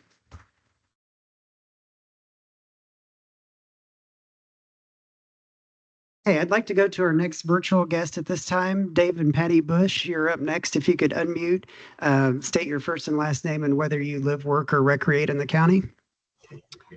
Hello, this is Patty Bush, and I live in the county. My name is Patty Bush, and I have lived south of 4691 South Victor Pike for 25 years. I'm concerned by the increased density proposed within the CDO draft to 4691 South Victor Pike, zoned as CD, Community Development Residential. An acre would allow 4 to 5 units, greatly increasing impervious surfaces. The EPA and USGS agree. Impervious surfaces associated with urbanization reduce infiltration and increase surface water runoff. An article by Penn State Extension says, when more than 10 to 20% of a watershed has impervious cover, that doubles the amount of runoff. Clear Creek's critical watershed is experiencing flooding, which is adversely affecting this area. We have experienced property damage and loss of land use. I have expressed my concerns to the County Drainage Board, as have other residents from Clear Creek. The Q100 detention basins required for developments within Monroe County may slow the flow rate of stormwater runoff, however, are inadequate for rain events like February 2019 and June 2021, as stated by the MS4 coordinator, and they do not decrease stormwater volume. Please, zone 4691 South Victor Pike as residential. More green space reduces flooding. Thank you. Thank you, Mrs. Bush. We appreciate you speaking tonight. Our next in-person guest is welcome to come to the podium. If you could state your first and last name and whether you live, work, or recreate in the county, and please sign in also. Fine. Oh, okay. Yeah, there's Thank you. nothing here to sign. Perfect. Thank I think you. it's going around. Tracy Lutz, I live and work in Monroe County. I'm a past president of the Bloomington Board of Realtors and past president of Monroe County Home Builders and commissioner with the Monroe County Housing Authority. From that experience, I can tell you, especially with the Housing Authority, a need for housing in this community and how difficult it is for people. When I pulled the numbers comparing Monroe County to the state average from the Indiana Association of Realtors Data Center, I was shocked to see how much different Monroe County is than the rest of the state. When comparing our housing costs from August 2023 to August 2024, Monroe County's average home cost was 6% higher than the state average. The statewide average was 4% appreciation during that time period, but we appreciated by 10%. A major cause of this is the lack of new construction and housing in Monroe County. This shortage is primarily due to the county zoning regulations and shows how these restrictions are impacting the cost of housing in this county. And now you want to restrict land use even further. Recently, you denied approval for the project on Victor Pike, and a lot of your rationale was based on traffic and the roads handling more traffic. You didn't acknowledge or mention that Gordon Pike connection will be completed soon, and that will take the bulk of the traffic from that road and Victor Pike. That should eliminate a lot of traffic concerns. Now you want to limit new housing even further by decreasing the amount of available residential land. You want to take a county that currently allows 9.9% of its land, just 9.9% of its land, to be used for housing, residential, the smaller lot housing, and reduce that further to 5.8%. And from what I can tell, well, let me back up. You also want to increase the amount of rural acreage, increase the rural acreage, taking it from 83.1% to 87%, even further restricting the creation of housing. So you want a lot more rural and less residential. And from what I can tell, all of you live on a nice piece of land in the county. You have yours, but we want to prevent anyone else from having theirs. That's what it feels like. At the last commission meeting, you said that if a person wants to move, and I think that was Lee, I think, it said if a person wants to move to Bloomington, perhaps they should live in the city. This sounds rather hypocritical to me, and not every homeowner with a family wants to live in the city where they don't have yards and a place for their kids to play and live in apartments and condos. I'm pretty sure you will vote to pass this with some made-up rhetoric to back your decision and make it sound good, regardless of what your constituents want or need, regardless of its impact on the cost of housing, which also affects and increases the taxes, the insurance, and rental rates. If you can't afford to buy one, your rents are going up. You've done that in the past, in 2012, and will history repeat itself? We're kind of thinking it will. I hope it doesn't. I hope you'll prove us wrong and you'll really give this a good consideration and look at the numbers and listen to what people have to say tonight. I really hope for the best in that. It'll make all of us have a little more faith in the system. Thank you. Thank you, ma'am. Okay, let's go to our next online guest, Peter Gould. If you could be elevated to presenter, you should be able to unmute. If you could state your name and whether you live, work, or recreate in the county.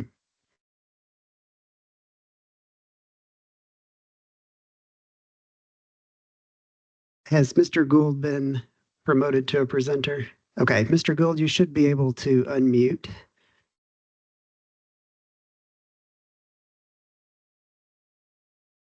Mr. Gould, if you can hear us and can unmute, you will have 3 minutes.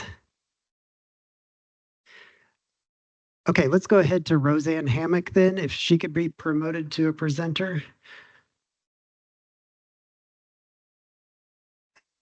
Thank you. Hi, Looks like thank you're- you very much. Can you hear me? Yes, we can. If you could state your name and whether you live, work, or recreate in the county, you'll have 3 minutes. My name is Roseanne Hammock. I am not a resident, but I represent Circle K Max Convenience Stores as property manager. Max owns a property located at 2510 and 2520 South Leonard Springs Road, Bloomington, Indiana. We strongly object to the rezone from limited business to high development residential. This means it would create a situation in which this parcel would become pre-existing non-conforming and would limit commercial use on the site. The business could continue as is only. If no changes are made to the site, the rezone will devalue the property. We won't be able to upgrade the site, and this rezone from limited business to high development residential for other folks that are in this situation will also have their property devalued and limited. Thank you for your time. Thank you for speaking tonight. Let's go to our next in-person presenter, and then it looks like Mr. Gould is unmuted. So after our next in-person presenter, Mr. Gould, you can go. So thank you for coming forward. If you could state your name, whether you live, work, or recreate in the county. Good evening. My name is Christy Langley, and I work in Monroe County, but I also live in Monroe County outside of the city limits. Washington Township represents, similar as Joe. I am also the current chair of the Hamilton, or the Habitat for Humanity of Monroe County Board. And I'm also a reformed urban planner. I was a planning director for two cities in the state of Indiana, also part of the American Institute of Certified Planners, and a member of the Indiana Planning Association. So I realize how much of a challenge this is, and I appreciate that. I'm going to cut my comments short because most of what I had to say has been said already. I take particular issue with the subdivision restrictions, particularly with the wastewater treatment requirements, as well as the parent parcel provision. Those have all been talked about this evening. I'm putting my detailed comments in writing and sending them to the planning department. But really what I wanted to do is talk ideologically about how Monroe County approaches planning. I think it's no secret that a lot of administrators here in Monroe County feel very passionate about the environment and preservation. And a lot of people have talked about a white paper that's put together by some very smart folks. There's also another white paper that was put together by the Nature Conservancy a couple years ago. So trying to speak your all's language. And they put together a paper that said 2 paths to 2050. There could be one path where we go down to it together, conservation against growing human demands, right? And we keep going down our own pathway. We're going to do what we want to do despite the other. And the other pathway is working together and figuring out how we can balance and take a balanced approach. And that's something that admittedly doesn't seem like Monroe County government does very well. There's not a balanced approach with a county and with a city. There's not a balanced approach with the way that they look at tourism, with the way they look at development. And so the only way, and the Nature Conservancy said this, is to make a plan that works is for regional collaboration. You're going to preserve the environment and the bounds of Monroe County while people go outside of the county, continue to develop because it's cheaper. There are tributaries, there are geologic conditions that will still feed into Monroe County. So if you're not trying to find a compromise and find a way to develop sustainably in the county, you're pushing it out and it will still affect you in the end. Thank you very much. Can you state your name again, please? Yes, it's Christy Langley. Thank you, Ms. Langley, for coming out tonight. Mr. Gould, we can go back to you now to try to see if your microphone is working. Yeah, let's give it a shot. Can you hear me? Yes, Can we you hear can. me? If you could state your name and whether you live, work, or recreate in the county. Sure. My name's Peter Gould and I live in the county. I'm embarrassed to say I couldn't find the unmute button, but I found it. First of all, I wanted to shout out thanks to Jackie and the whole team at the planning department. They've done an awesome job of with the CDO website, the meetings and everything, and they deserve all of our thanks. Tonight, I've kind of got a mixed bag of in the weed bullet points that I wanted to hit. One that wasn't on my sheet is the definition of family, which has changed substantially from the current ordinance to the new one. My concern is that if we open that up and bring it from 3 unrelated parties to 5, we could end up with fraternity and sorority party houses, commune, maybe a motorcycle club in our neighborhood without even knowing about it, because that would be a by right use. So I would encourage keeping the current definition of 3 unrelated persons. And if there's a compelling reason to exceed that, that can be done by way of a variance. I wanted to comment on the wholesale change of Ag Rural Reserve on the east side of town to CVR. I really think we need to encourage the protection and preservation of Ag RR, or it's not going to be here. There's been a lot of talk about availability and short-term non-owner occupied rentals. I like to call them zombie houses. According to Visit Bloomington, there was a 43% increase in these between 2023 and 2024. The net result was 200 residences converted from useful residences to zombie houses. And I don't know how small lot size you'd need to approve to offset a drain of 200 residences per year. So to the extent that we could eliminate these or restrict them, that might help. I wanted to touch on residential facilities formerly called group homes. I think we ought to keep these as is and then deal with them through the standard variance rather than go with a permitted or conditional use. And I think, especially with respect to the what is now, I think, the Class 2 that is permitted by statute. I'd like to see a expiration date on existing PUDs that haven't been built. It could be reasonable, but it'd be nice if they expire. Thanks for listening to my comments. I'll follow up with written.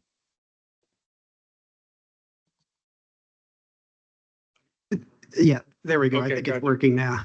Thank you, Mr. Gould, for your comments. And I did want to thank you for the appreciation you showed to Jackie and the planning staff, because I think it's important for the group gathered tonight to know how much work that team has put into this. So thank you.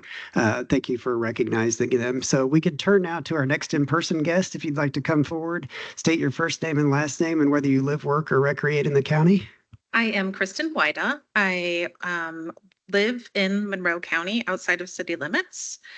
I actually bought a home in Marlin Hills for $155,000 15 years ago. I sold it last year for $437,000. I'm an executive director of the Board of Realtors and an executive level employee who specializes in housing. When I became single and an empty nester, I decided to sell my home and downsize. I cannot find a home to purchase within my budget in Monroe County. Mind you, I'm an executive level employee. I'm currently renting in Ellettsville. My sons are in college. My oldest is graduating this year. He wants to purchase a home when he secures his first professional job. He cannot afford to purchase a home in Monroe County. He cannot become a homeowner here. Unfortunately, the current housing policies are making it increasingly difficult for many of your constituents to afford to live in this community. This is a disappointing outcome that we can and should work together to change. As a result of these policies, The children and grandchildren of your constituents, including my own, are being forced to leave this community and grow up the community that they grew up in and live elsewhere. This room is filled with your constituents, including industry professionals who live and work here. They're here to help you recognize the crisis that your policies have created and suggest changes that will create an affordable and safe community while preserving our natural resources. I hope that you hear the voices here today and provide the needed changes that we are asking for. In addition, I spent my time here waiting for this to start, going around and speaking to all of your constituents here to hear why they're here. Why is this room filled? You know what they're afraid of? They're afraid of losing their rights to make decisions with their own property that they own, which is exactly what you guys, you commissioners, are pushing. You know what they're afraid of? They're afraid of increasing their tax base, their taxes for their properties. And you know what you're doing, commissioners?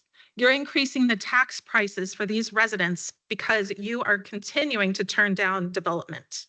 You're needing income to pay for the cost of city and county government. And we as residents have to support that.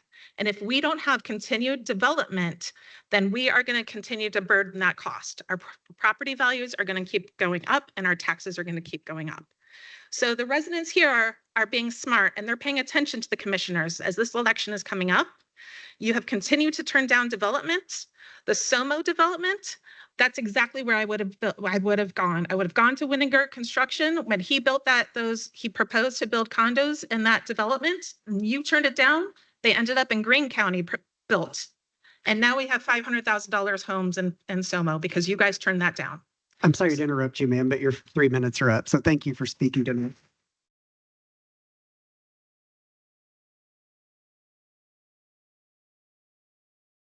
We can turn now to our next virtual guest, Angela Dowell. You're up next. It looks like you're unmuted. So if you could state your first name, last name, and whether you live, work, or recreate in the county.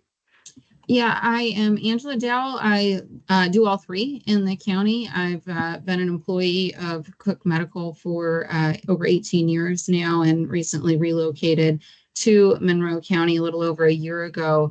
And with the cost of housing and our family situation, so we have 2 adult children, one nearly an adult who lives in his car. Or sorry, the one who's nearly an adult just moved in with other family because we recently had a baby. And so we don't have room in the house for her because the only thing that we could afford within the county that was near our budget was a 4-bedroom house that was egregiously misrepresented by the seller. I will go ahead and share so that you can take a look at this. When we bought it, it was actually pre-existing non-conforming, which severely limits our choices for what we want to do, because it's my understanding, and perhaps this is wrong, but it's my understanding that we can't get a permit to do anything until we fix the fact that it's pre-existing non-conforming, which is what we purchased. So we had nothing to do with the non-conformances. We have 2 separate driveways. We have 2 separate structures. The secondary structure, the daydo, is over 1,000 square feet. Now, I do understand the watershed implications for having more than a certain percentage of impervious cover. However, I don't understand having both a restriction on impervious cover and a restriction on the square footage of the secondary dwelling on the property, given our family situation, having adult children, as well as some coming to adulthood, as well as having younger children, ages infant through 22, and a total of 7 kids. It would be absolutely delightful to have multi-generational housing available on our property. As it stands, this is not in a livable condition, so we need to do something, but the problem is we can't do what we need to do. And I don't know that I gave the address on this one. It's 1155 West Lawson with the Bloomington zip code 47404. And I've tried to speak to different planners about it. And the problem is that the current CDO is so complex and difficult to understand that when I call to speak to a planner, they want to make sure that I speak to the same planner each time, who may or may not call me back. Because they don't want to give conflicting advice. Well, if it was easy to understand, there wouldn't be conflicting advice, right? And so one of the other things that I have concerns about in the current, was touched on earlier about the livestock restrictions. In its current state, it's absolutely impossible to enforce and impossible to understand. So let's just defer to the other codes that are already on the books for livestock and animal husbandry. Thank you. Thank you, Ms. Dow, for speaking tonight. If our next in-person guest would like to come forward and sign in, state your name and whether you live, work, or recreate in the county. My name is Sarah Rogers, and I live and work in the county. I'm also a Senior Vice President, Business Services for IU Credit Union. Andy Allard, our COO, Chris Hawk, our CFO, and Brian Price, our CEO, also wish they could be here tonight, but are out of town. IU Credit Union has been in Monroe County since 1956. We are deeply committed to this county and our community. We're a major local mortgage lender and commercial lender, an employer of over 200 people, and a community partner to numerous non-for-profits. Most importantly, we serve our 37,819 individual Monroe County members and their banking needs. With this lens, we feel it's important to address certain critical elements of the CDO. First, workforce. There are minimal provisions for land suitable to build workforce housing. I know that I'm stating what we have heard numerous times. We need more workforce housing or housing in general. We're sounding like a broken record. But because of the affordability and shortage of housing, 20% of IU Credit Union Bloomington employees live outside of Monroe County and commute in daily. Lack of housing in the county then only increases the value of the housing stock, continuing the negative trend of affordability. Second, what are the potential impacts on current county property owners due to zoning and permitted use changes? As a lender, we are concerned for property owners trying to sell property if zoning has changed and it negatively impacts their value. If leveraged, this could be detrimental. Additionally, permitted use changes for businesses could also negatively impact value of the business and real estate. Residents and businesses may not be thinking of that impact today, but sales due to death, divorce, downsizing, or growing do happen. Lastly, the impact on first-time homebuyers and those wanting to relocate to Bloomington.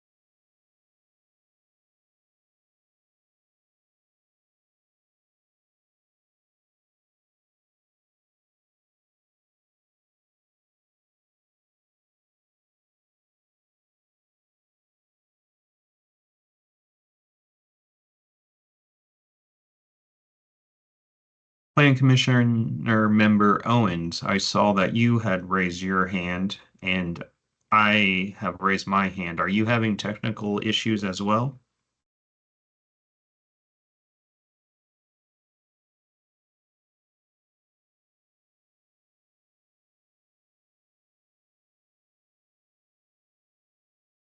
Says I'm an attendee now, and I lost all the sound and the pictures. Okay, Free to it keep sounds like, place in line. oh, there we go. There it is. Yeah. Thanks. We're just Thanks, ignoring Dee. you, Tron. Oh, D wasn't. Is there something we need to know? We lost communication online about a minute ago.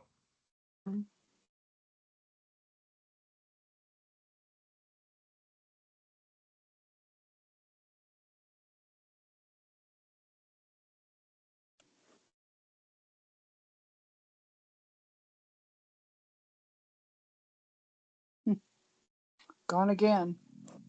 I noticed. I will text planning.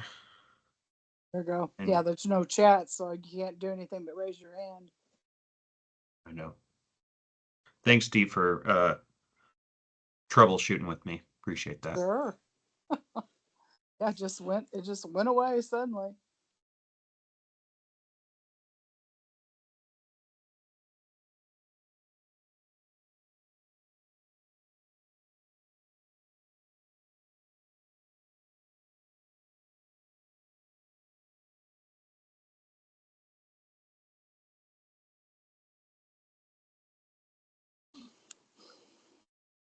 Sometimes all you can do, Tron, is go out and come back in. I think that's what I'm going to try.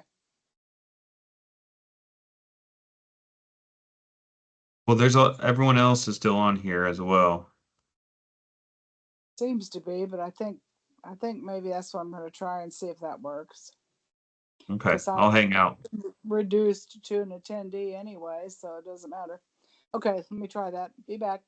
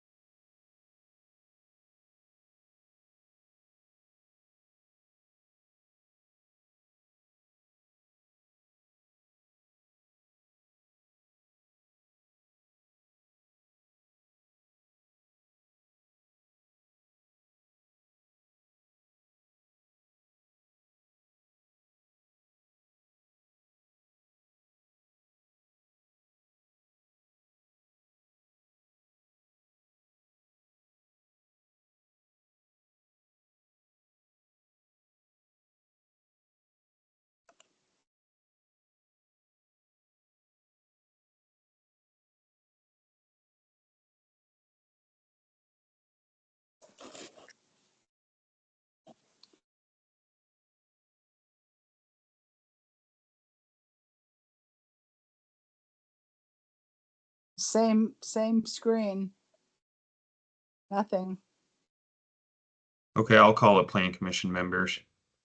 When the video feed came up, it looked like maybe they went on break. I don't want to speculate. There's a lot of people online with us. That could be. Yeah. All right.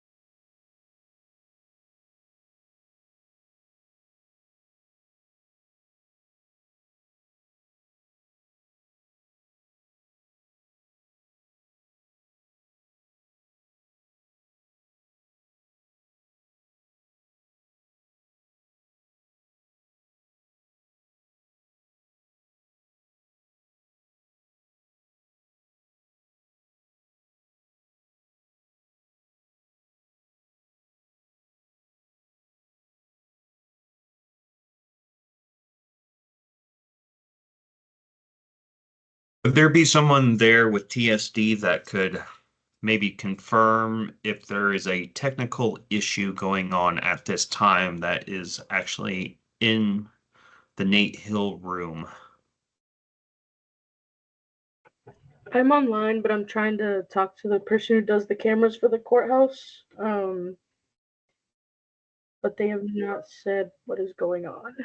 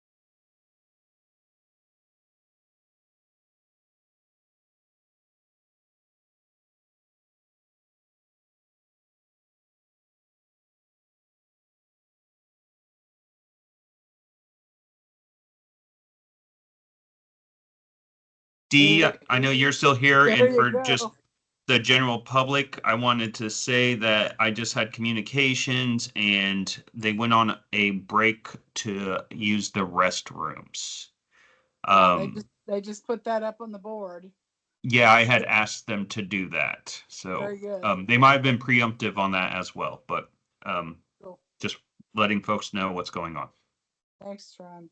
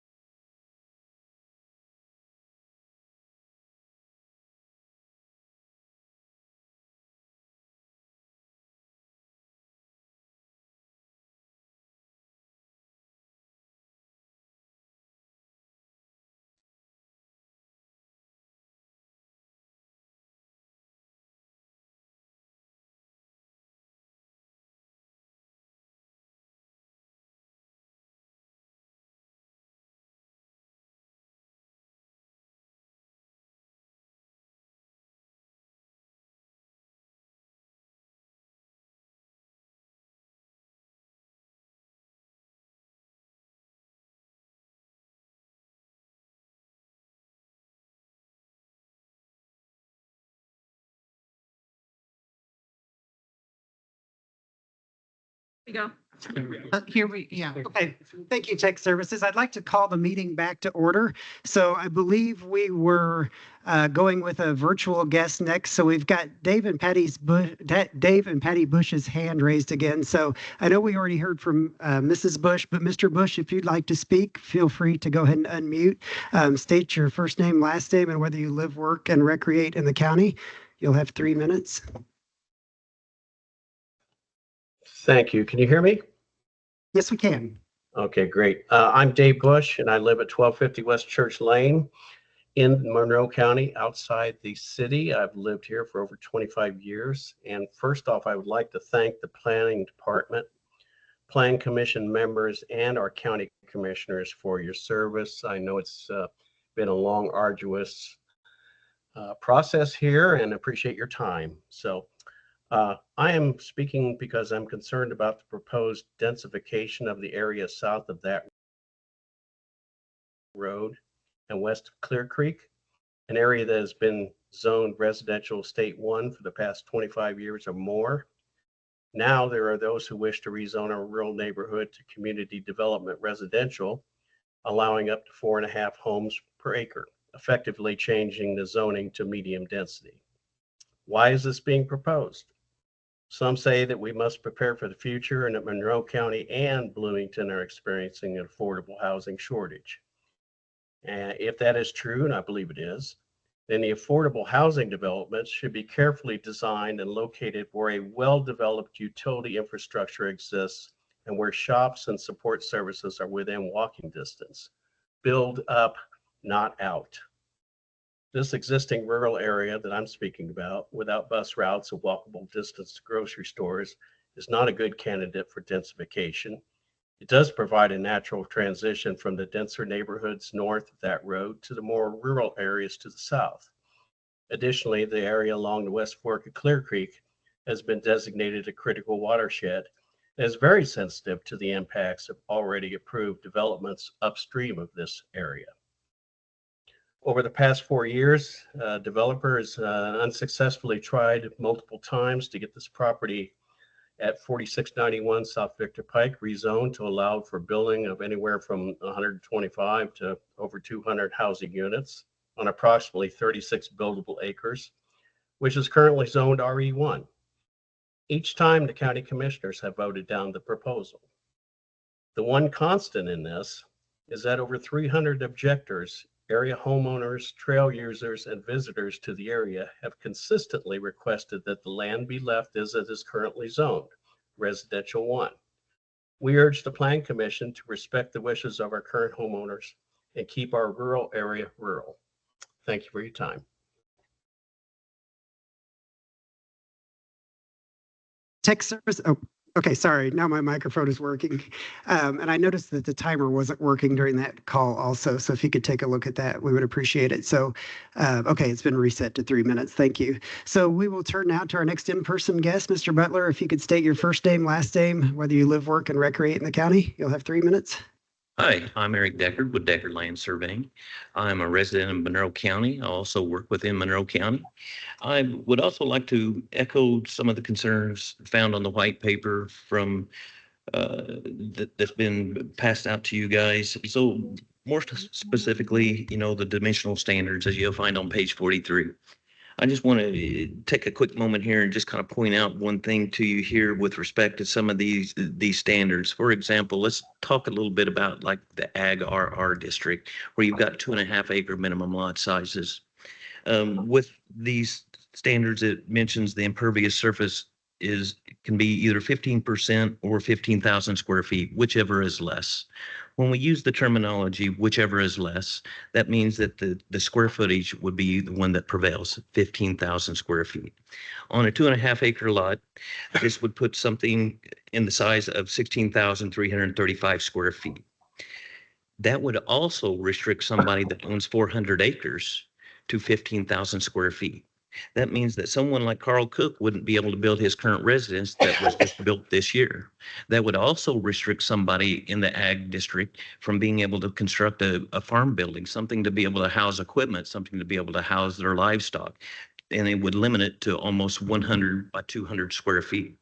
So as you can see, that's very restrictive. And we also want to take in consideration that we don't take the driveways into consideration when we're doing this calculation if it's an impervious area.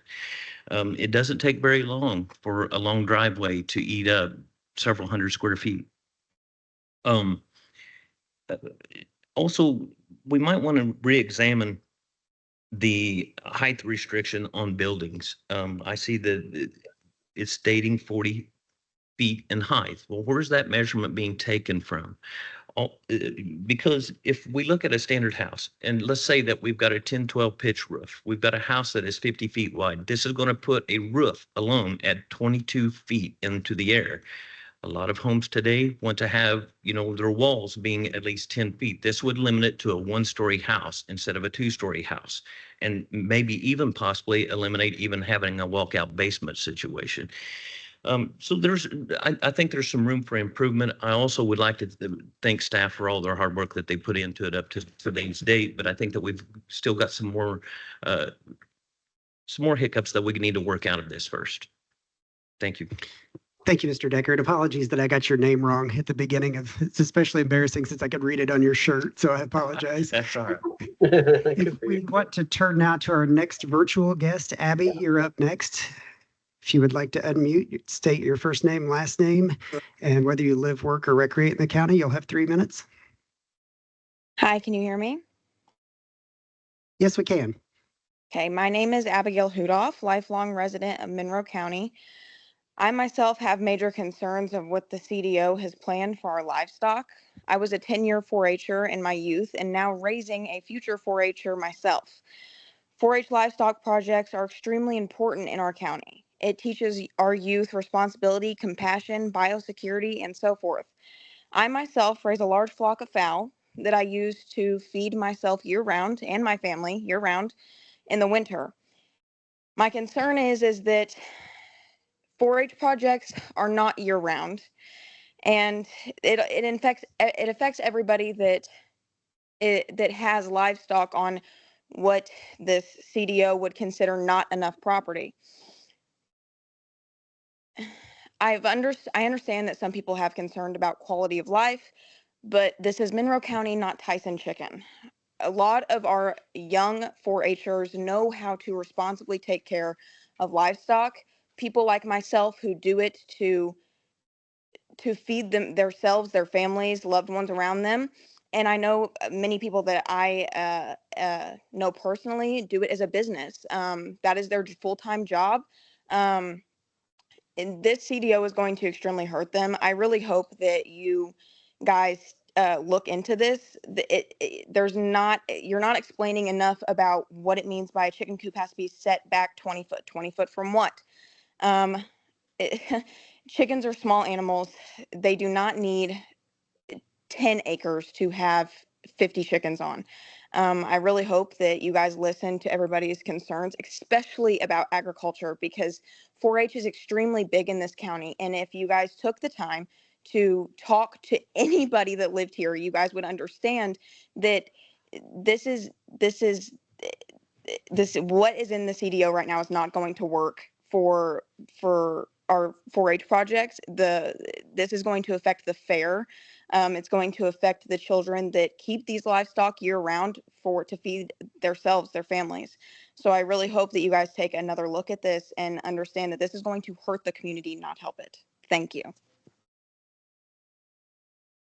Thank you, Ms. Hudoff. I appreciate your comments tonight. So it doesn't look like we have any other virtual hands raised. So if there's anybody else online that does wish to speak, we will continue rotating between in-person online, but feel free to go ahead and raise your virtual hand and add yourself to the queue. So we can bring our next in-person speaker to the podium. If you could state your first, last name, sign in, and state whether you live, work, or recreate in the county. Hi, my name is Aisha Polk. I live and work in Monroe County. I am also a supporter of Habitat for Humanity. In 2022, I was accepted into the Habitat program. And as of August 30th of this year, my family and myself are proud homeowners of a Habitat house. So I'm here to speak to the need for affordable housing. Since becoming a mother, I have moved with my children a total of 9 times in the last 20 years. After living in less than desirable conditions between government housing to transitional housing with pests and mold inside to violence and substance abuse outside, we now have our own sanctuary of peace that would never have otherwise remained that would have otherwise remained an intangible dream for us or anyone who could never afford to purchase a home within city limits. Homeownership through the Habitat program has gifted us the privilege of stability and security essential to my children's health and overall well-being. Environment matters to the development of a child. We moved into our home in early June, and within that short period of time, I have noticed, as well as teachers and after-school staff, a difference in my kids. As stress and anxiety levels have lowered significantly, so have behaviors. We are all at peace and have the opportunity to start fresh in our forever home. My kids and so many others are the future of this community, and they deserve to have the peace, stability, and support they require to excel and thrive as children so that they can contribute to the prosperity of our growing town as adults. Thank you.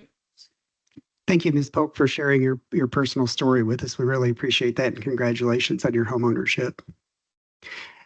I do want to share for those of you on the first floor that may be watching on the TV, we do have several open spots available upstairs in the Nat U Hill room. We've got probably a dozen spots if anybody who wishes to speak would like to come upstairs. So not seeing anybody else with their virtual hand raised, Mr. Loftman, you can go ahead and come to the podium. You're next. If you could state your first name, last name, and whether you live, work, or recreate in the county.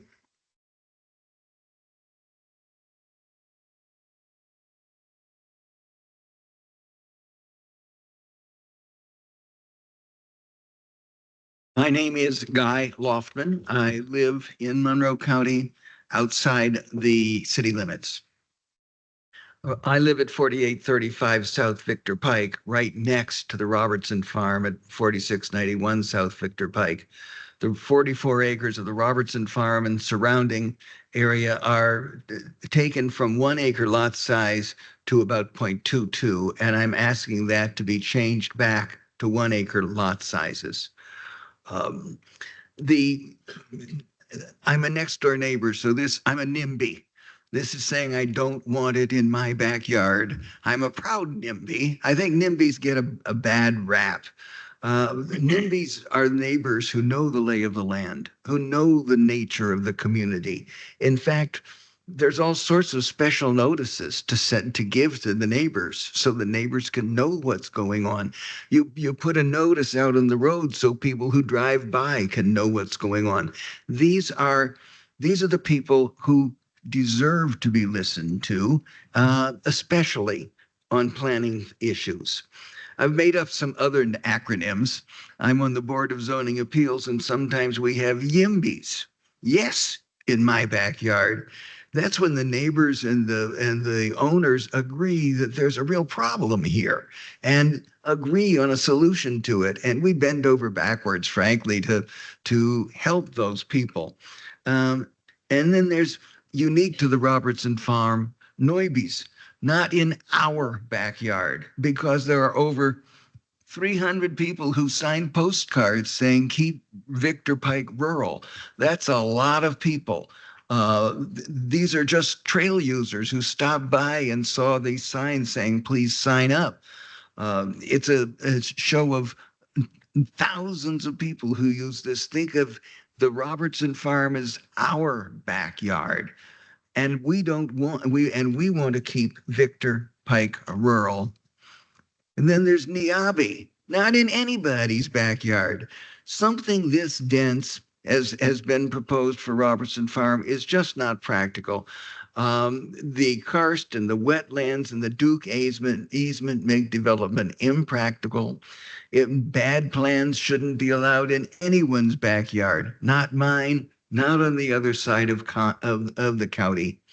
And finally, there's the Yeebies. Yes, everybody's backyard. People who are in the development industry who make money by constructing impermeable surfaces. And they are extremely well represented this evening. And that minority of the community should not have control over the development that you all have worked on so hard and done such a good job of. Keep Robertson Farm 1 acre lot. Keep Victor Pike rural. Thank you. Thank you, Mr. Loftman, for coming out tonight. We appreciate your comments. If our next in-person speaker would like to come forward to the podium. And as a reminder, if there is anybody online who wishes to speak, please go ahead and raise your virtual hand so you'll be added to the queue. If you do so, we will start alternating back and forth again between virtual and online. So, ma'am, if you could state your first name, last name, and whether you live, work, or recreate in the county. Hi, I'm Jody Madeira, and I'm proud to live, work, and recreate in Monroe County. I'm representing myself. Tonight, I want to plead with county officials to revise this draft CDO in light of the comments that you're hearing. My heartfelt thanks to everyone who spent so much time on this important project. It's essential that we get this right now. The current draft gets some things very right, like simplifying zoning categories and the flexibility afforded to Monroe County Airport. But I'm also concerned this draft CDO will bring severe hardship to Monroe County. I love data. According to Indiana's own stats from July, in the not too distant future, growth across the state will stagnate. From 2020 to 2050, projected growth is 5.4%, mostly occurring in communities like Indianapolis. Communities that don't embrace sustainable changes will die. Our population is aging rapidly. For a different future, Monroe County needs a vibrant economy. We need to attract younger residents to sustain our economic base. This requires viable housing, viable jobs, and quality of life measures. I'm concerned this draft doesn't conform to the comprehensive plan last revised in 2012. The comp plan called for ensuring ample property for sustainable housing, for economic development, and balancing growth with conservation and environmental protections. This draft CDO doesn't maintain this balance. I'm concerned this draft CDO will exacerbate Monroe County's housing crisis, particularly the minimum 2.5 acre lot size in agricultural 2.5 and residential 1 zoning categories. This will increase adverse environmental effects and suburban sprawl. I'm concerned this draft CDO will burden Monroe County with even more litigation when homeowners turn to the courts to wrangle non-conforming uses or to seek recompense for decreased property values. I'm concerned this draft CDO allocates too little land for development to entice employers to move into the county with critical living wage jobs, particularly along the critical I-69 corridor connecting us to Crane. IU has announced it is investing $660 million in developing its Indy campus because it feels the door is shut to growth in Monroe County. This makes it hard to keep current residents, retain IU and Ivy Tech students, or attract new employees. I'm concerned about other provisions. The sliding scale subdivision 25-year moratorium locks down land for unduly long periods of time. It will be unduly burdensome for property owners to donate property to conservation organizations like the Sycamore Trust. We can offer our residents something better. We can allow sustainable development without losing our rural character. Finally, this draft CDO is incredibly complex. I'm concerned that most members of the public don't know what awaits them should this draft pass. It would be wonderful if the CDO review period could be extended to facilitate broader community understanding, engagement, and input. And it would be wonderful if there was an interim period after it was adopted to allow for inevitable revisions. Thank you. Thank you for coming out tonight. Our next speaker would like to come forward, state your first name, last name, and whether you live, work, and recreate in the county. Hello, my name is Sarah St. John Wolford. I was born and raised in Monroe County and currently live within the city, although my boyfriend is a landowner in the county. I see firsthand the effects of ordinances on my friends and family who grew up here as we struggle to find homes in the area we grew up in. I see the county and city finger pointing at each other rather than asking what they themselves can contribute to solve the problems of our county.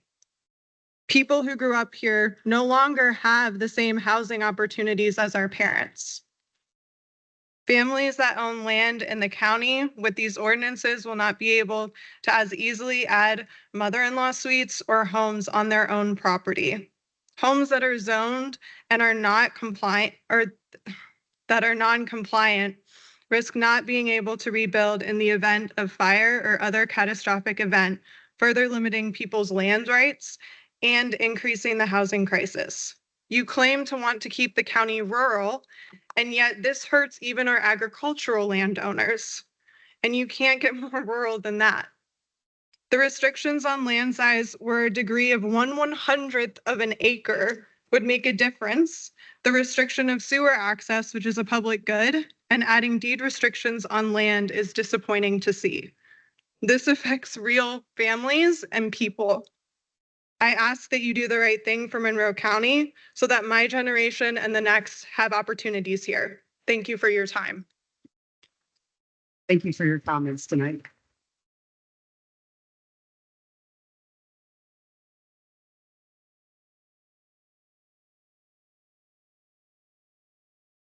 You could state your first name, last name, whether you live, work, or recreate in the county. You'll have 3 minutes. Good evening. I'm Donnie Atkins. Plan Commission members, commissioners, and planning staff, thanks for hosting this. It's very nice of you to do so. I live in the county. I hope to raise and will raise 4 children in this county, and I hope to die in this county. Tonight, you've heard how dire and negative the attainable housing shortage is in our beloved county. You've heard from for-profit folks, nonprofit folks, and people have even presented math that should make this unavoidably clear. In addition, you can go see countless articles in the Herald Times of how businesses in this county have had to take extraordinary measures to help their employees find housing in this county so their employees can contribute to this county. So with all that context, I expected to read this draft document and see providing access to attainable housing as a key goal of this document. And after reading this document several times, I can't find one thing that helps provide attainable housing for Monroe County families. There's not one thing in it. It does some great things to simplify housing zones, but that in of itself does not support attainable housing for this county. I'm absolutely baffled by how that is possible. As I understand it, this CDO is a once in a decade opportunity for county leaders to lead. And as such, I'm requesting that this document be withdrawn as it is and rewritten from scratch. And as it's being rewritten, I request that for every change that's being made to it, someone asks the question, does this help provide attainable housing for the county? And if the answer to that is no, then the change should not be made. Those are the only changes I feel that should be made. Is if you can, there's a bona fide way to demonstrate it helps support attainable housing for this community. This opportunity to lead this county by making attainable housing the #1 priority for the next decade. Please take advantage of this opportunity. Monroe County families are struggling and need solutions if they want to raise their families here and contribute to this county. Thank you very much and have a good night. Thank you, sir, for coming forward. Our next in-person speaker could come to the podium, please. State your first name, last name, whether you live, work, or recreate in the county. Celeste Nadworny. I live half-time in the county. I'm a property owner and considering moving. I have a question for everybody. I did not read the 500 pages in the last 2 months. I probably will start reading that when I get home. I would like to know what impact has the designation of Bloomington as a sanctuary city had on the housing unhoused status crisis? I've been coming back and forth here for years, and I currently live in another sanctuary city. And I think it has had a huge impact on what's available, who's here, what's available, and your problems. Question, Chief. Thank you for speaking tonight. Mr. Cassidy, you're up next. Good evening, Randy Cassidy. And yes, I live, recreate, and work in Monroe County, and I'm very proud to do that. So as we look here tonight, my beautiful bride and new grandmother is passing out something that has to do with the history, character, and culture of our community. When I look at things to hear everything we've looked at on the CDO and such, everybody that is here, the Planning Commission, the commissioners, and the planning staff for their hard work have put hours and hours into this. Now, as you've heard overview, there's a lot of specific questions that have overall. What I'd like to dwell to is something that Guy Loftman and the area that we talk about into our rural communities. Specifically, as we point out, and what I'm looking at and just handed out is the Monroe County Bloomington Restorations in 1989 put out a historical overview of Monroe County. As you're well aware over the years and such, my wife grew up and we're very proud of the history and heritage of Clear Creek. But because of its proximity to the city limits and where it's located, it's never been given its due process in regards to, as we look through on the current CDO in the historic downtown Clear Creek that is on the map I gave you. And the first page that shows, which is the context of that report from 1989 by the Monroe County History Center and Bloomington Restorations, it shows a picture of Clear Creek. In the handout I showed you is the historic Clear Creek District. What I would like to ask is that when we look from a rural neighborhood and we want to keep things rural, we want to keep our community close in those areas with the history, heritage, continuity and context of these rural communities, that we take that area that is designed here and we make that into a rural community. The reason being is that is a place where people gather, where people go, where it gives a sense of community.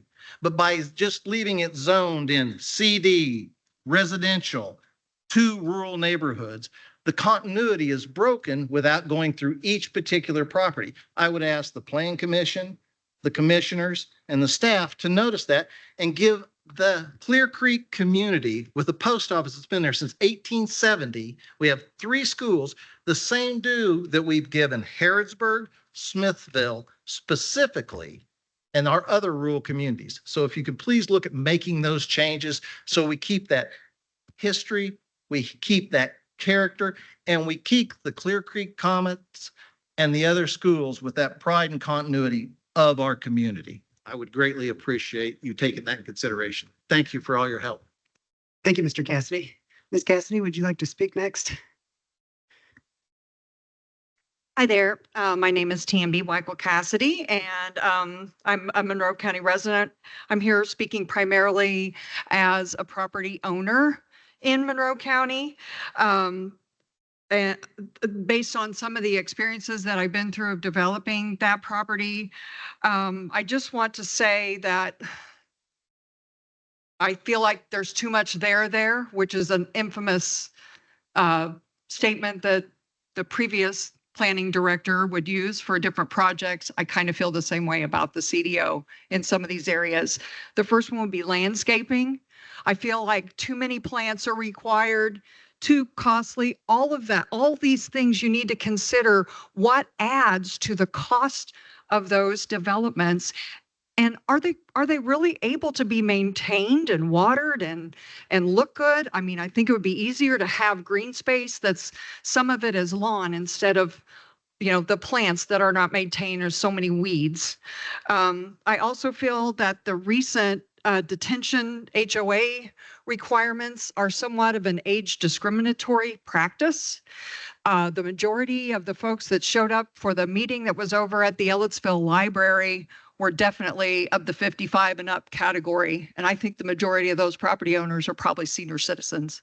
And I don't think that new practice is going to be fair. It's based on you're not even knowing who the HOAs are, for one, and you're looking for those lists.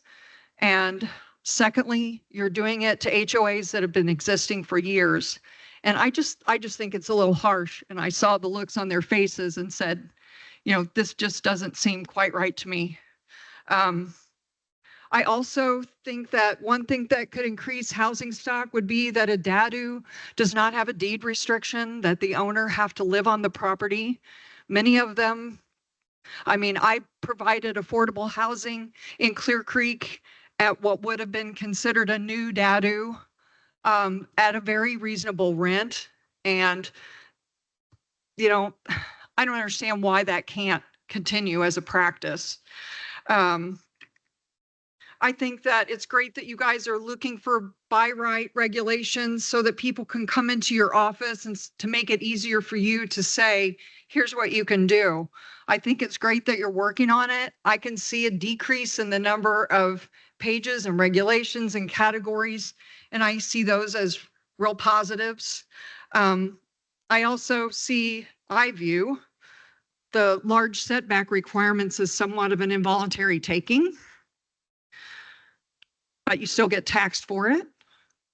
which is not a legal practice, involuntary taking. I would love it if we could get on board with more regional sewer. So important to our environment and our clean water. And,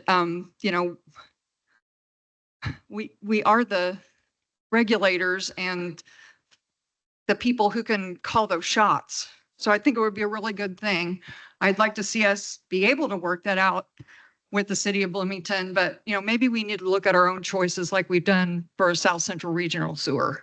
Yeah, I'm sorry to cut you off, Mrs. Cassidy, but your 3 minutes are up. So thank you for coming out tonight. Just a reminder that if anybody online wishes to speak, please raise your virtual hand to be added to the queue. We'll take our next in-person speaker. If you could state your first name, last name, whether you live, work, and recreate in the county. My name is Clint Deck, and I live in Washington Township. I live here, work here. I'm representing myself, but I am the 4-H educator for Monroe County. One of 2 educators, thanks to Monroe County's investment in local youth recently. Tonight, my focus is very narrow. In case I self-destruct here and leave or whatever, my narrow focus is just like, can we maybe discuss some language in the CDO about educational consideration for the accessory livestock policies, just because of the broad range of youth that do participate in such specific, unique programs such as FFA and 4-H. As a background, 4-H is a youth-serving organization that we all have a vested interest in preserving. It is the only youth program with federal, state, county, and university, and also volunteer investment. It's a research-backed program that allows youth to partner with trusted adults in order to achieve real-world accomplishments in a smaller playing field with less investment than a typical agricultural entrepreneur. I estimate that our proposed changes in the CDO would immediately eliminate about 30% of youth exhibition at county fair. And that would just further limit opportunity for new audiences to enjoy 4-H opportunities. Hundreds of local 4-H families have multiple children who buy a market animal for a very short period of the year to finish on grain, grass, and or hay for the educational value the program provides via meetings, workshops, clinics, shows, and also a mandated animal health and ethics course taught by Purdue Extension educators. The 4-H program teaches the broad differences in different species and how stress-free animals provide communities with the highest quality, most profitable protein sources. 4-H youth depend on their ability to purchase multiple animals each spring to carefully and thoughtfully raise them. They need the ability to raise their livestock in a manner universally accepted by any reasonable small-scale farmer, while also allowing opportunity for all siblings in a family to do the same without an acreage limitation that could disenfranchise a child for being a member of a slightly larger family. I can attest to the fact that the 4-H and FFA members provide their animals with much more than just green space. They provide very high quality feed, more than what a typical farmer could provide. They provide ultra clean water, daily grooming, daily exercise. Our 4-Hers even provided 11,000 pounds of meat to local food pantries and community kitchens this year. I'm sure you'll hear a lot from the 4-H community before the CDO is adopted, but I'd simply like to float the idea of specific language in the CDO. Excuse me. I'm sorry to cut you off, sir, but your 3 minutes are up. So thank you for coming out. All right, I think you got the point. Thank you. Thank you. You can submit that language via email. Yeah, thank you, Mr. Pittsford. Okay. Yeah, if you go to monroecdo.com, there's a form. And Mr. Blankenship, before you get started, I would just like to share to the people downstairs on the first floor of the courthouse, if you're watching on the TV, we do have vacant spots up here in the Nat U Hill room on the 3rd floor if you'd like to come up and speak. So, Mr. Blankenship, I'll turn it over to you.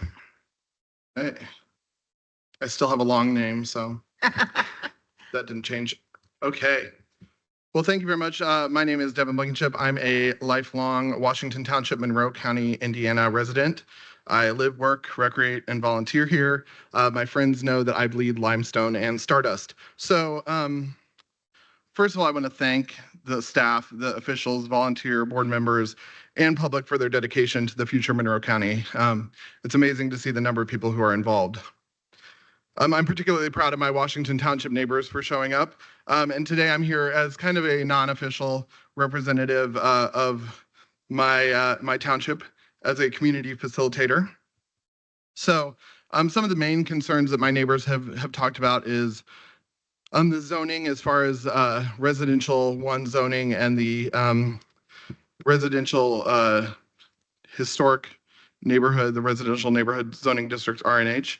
I was actually surprised to see the parcels that were under 1 acre listed as residential 1. And so I think that's something to look at because they're already non-compliant. So I don't know what that means for if the house burns down, if they need a new sewer. Some of that wasn't exactly clear. I also didn't read all 500 pages, so maybe it's just somewhere I didn't see it. So I think being able to clarify that would be great. I have neighbors with land that's, like 0.34 acres. Looking at that subdivision control, if I wanted to buy a parcel of land from one of my neighbors, they couldn't give a parcel to their child within a 25-year period. So it kind of stifles some of our neighborly ways. And so I think that's something to look at as well. Obviously, we appreciate rural life in Washington Township, so we don't necessarily want hyper development. Another issue is floodplains. I don't know if you've heard of Bean Blossom Bottoms, but we got a lot of floodplains in Washington Township. And so one of the things that has come up is would there be a way to slice off floodplain and zone it specifically so then the rest of the parcel might be more blatantly usable or clearly usable to avoid those hoops for everybody. We've heard from our ag community, so that's great. I think things like the landscaping have come up quite a bit. We really don't have a rural aesthetic guideline that I'm aware of. It's kind of a suburban guideline, and so that's something I would love to help with developing. And then I know that I could work with any of you in this room, and any of you would hold my hand trying to figure out a policy, and I really appreciate that. I've lived in Monroe County my whole life, and almost everyone I know lives somewhere else now. So I want you to stay here forever, but you might not be in the office when I come in with a question. So I want to make sure that things are as clear as possible for whoever's in the position in the future. Oh, the clock, I can't see. 9 seconds, good. So anyway, that being said, I bought a house in 2012 in Monroe County, and I would not be able to do the same today. And so that's something to consider. I have a friend who's a 20-year educator who works for an out-of-state university who is having a hard time finding a place to live in Monroe County. So I'd love for us to work on that too. Thank you very much. Thank you, sir. Would our next in-person speaker like to come forward? If you could state your first name, last name, whether you live, work, or recreate in the county, and sign in, please. I'm Roger Funkhauser, lifelong Monroe County resident. And I wasn't even planning on coming here, but I thought I probably better, and I did. And this is not my cup of tea, but I thought I need to speak up. My family's had several businesses in Monroe County throughout the year, small business, and we've always had battles with the county. We spent many battles in this room over the years, and it just seems like it just keeps going on and on. And I think common sense has been thrown out the window on all these little things you're trying to do. We've raised cattle. My family's raised cattle all my life, and our family farms are depreciating and just going away. And you guys are restricting the livestock. I think that's the most craziest thing I've ever heard. Trying to regulate what all you do with your ground and the taxes. We keep paying taxes more and more every year, and you regulate more and more what we can do and can't do. And it's just very disappointing to see this county turn in the way it's going.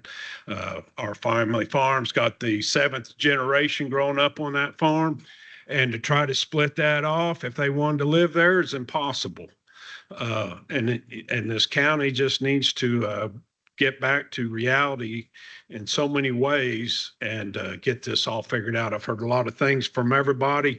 That's all good points, and they've done the research. I'm just shooting what I've been hearing. And I think you guys just need to really take in fact what all's been said and go through your plans and ideas and get this all figured out. And the only way I see things are going to get back to normal or back to reality is if the Monroe County people go out and vote come November. So that's all I need to say. Thank you, sir, for coming forward tonight. We'll take our next in-person speaker, and then I notice we do have one online speaker in the queue. So, sir, if you'd like to go ahead here in person, state your first name, last name, whether you live, work, or recreate in the county, then we'll go to a virtual speaker next. Tom Weininger with Weininger Construction, third generation builder developer, live in Indian Creek in Monroe County. And my goal for quite a while has been to build workforce housing, whether it be in Monroe County or Greene County. I want to build workforce housing. And so one thing that we pull on data is we put a criteria of under $350,000, 2 years or newer. We do Monroe County and then the 6 counties that touch Monroe County. And currently there's 25 homes that meet that criteria in 7 counties. There's only 2 in Monroe County. We have 9 in Greene County, Weininger Construction. 6 of them are under $220,000. My point is we can do it. We have to, the housing problem's not city of Bloomington. It's not Ellettsville. It's not Monroe County. It's the region. And we got to work together to do this. We're not doing it. And we need to give the opportunity to the next generation that we had, not just shut it off. So I don't see the CDO doing that.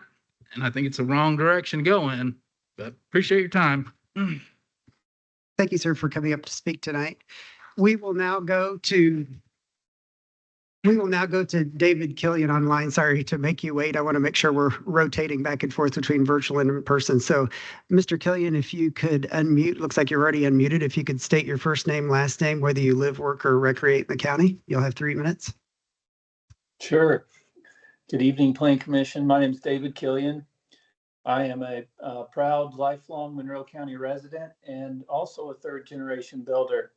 I also work and recreate in this community. First, I'd like to recognize all parties, including Jackie and the planning department staff and their countless hours and hard work that has gone into the drafting of this document throughout the past 4 years. I'm also the proud current president of the Building Association of South Central Indiana, or BASCI. I would like to reiterate the pressing issue of housing in our beloved Monroe County and to share our perspective on this proposed CDO. As you're likely aware, housing studies conducted within our community show a clear and unequivocal need for more housing. We at BASCI understand that our county is facing a housing crisis. Data indicates that Monroe County has one of the highest housing costs in Indiana, and many residents are grappling with the reality of unaffordable rent and mortgages. This is not just a statistic, it is a clarion call for action that we cannot ignore. Our association is comprised of local business owners and employees, nearly all of whom are Monroe County residents. We are deeply invested in the well-being of our community and generally want to help.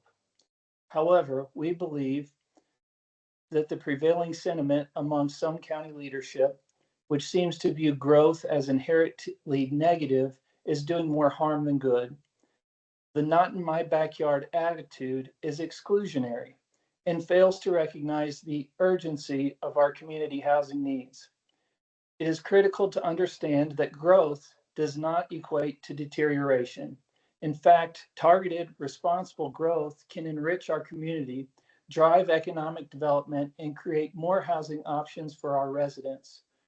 We cannot afford to build barriers to new development when the very fabric of our community depends on affordable housing.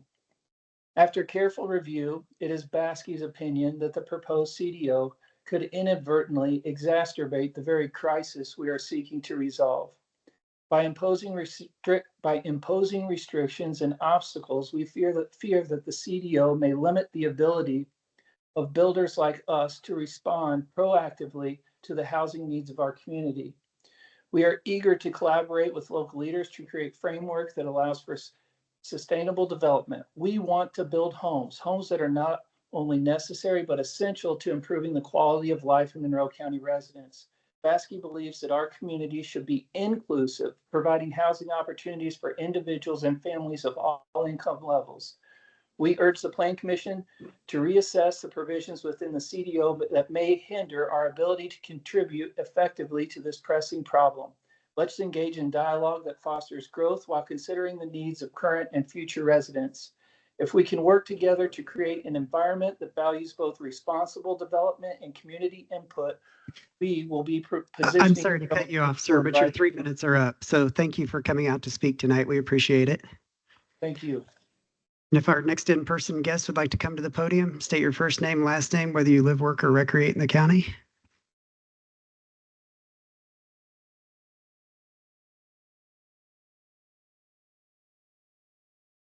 My name is David L. Jenner II. I do all that stuff in the county. I've been doing it for almost a half a century.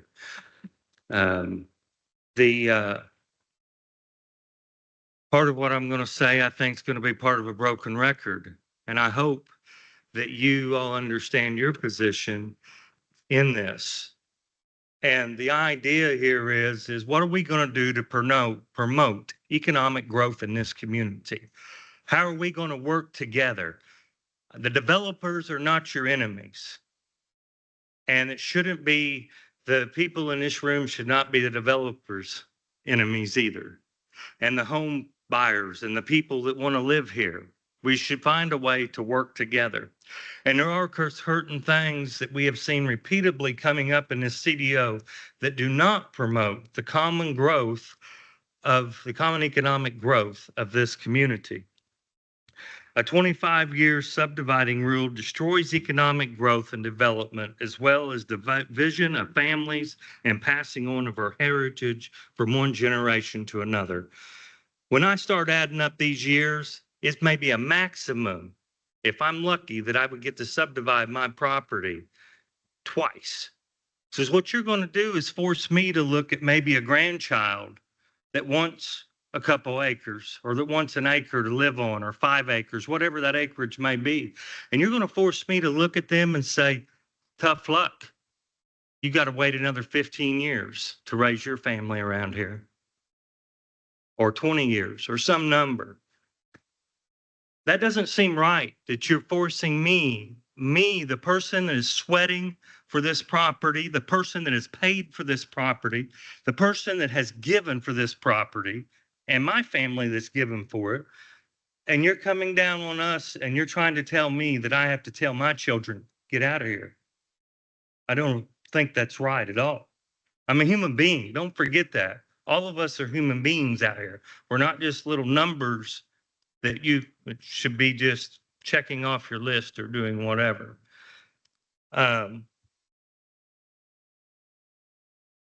So I don't think this rule in any way helps the economic growth of the community. Septic systems are environmentally safe.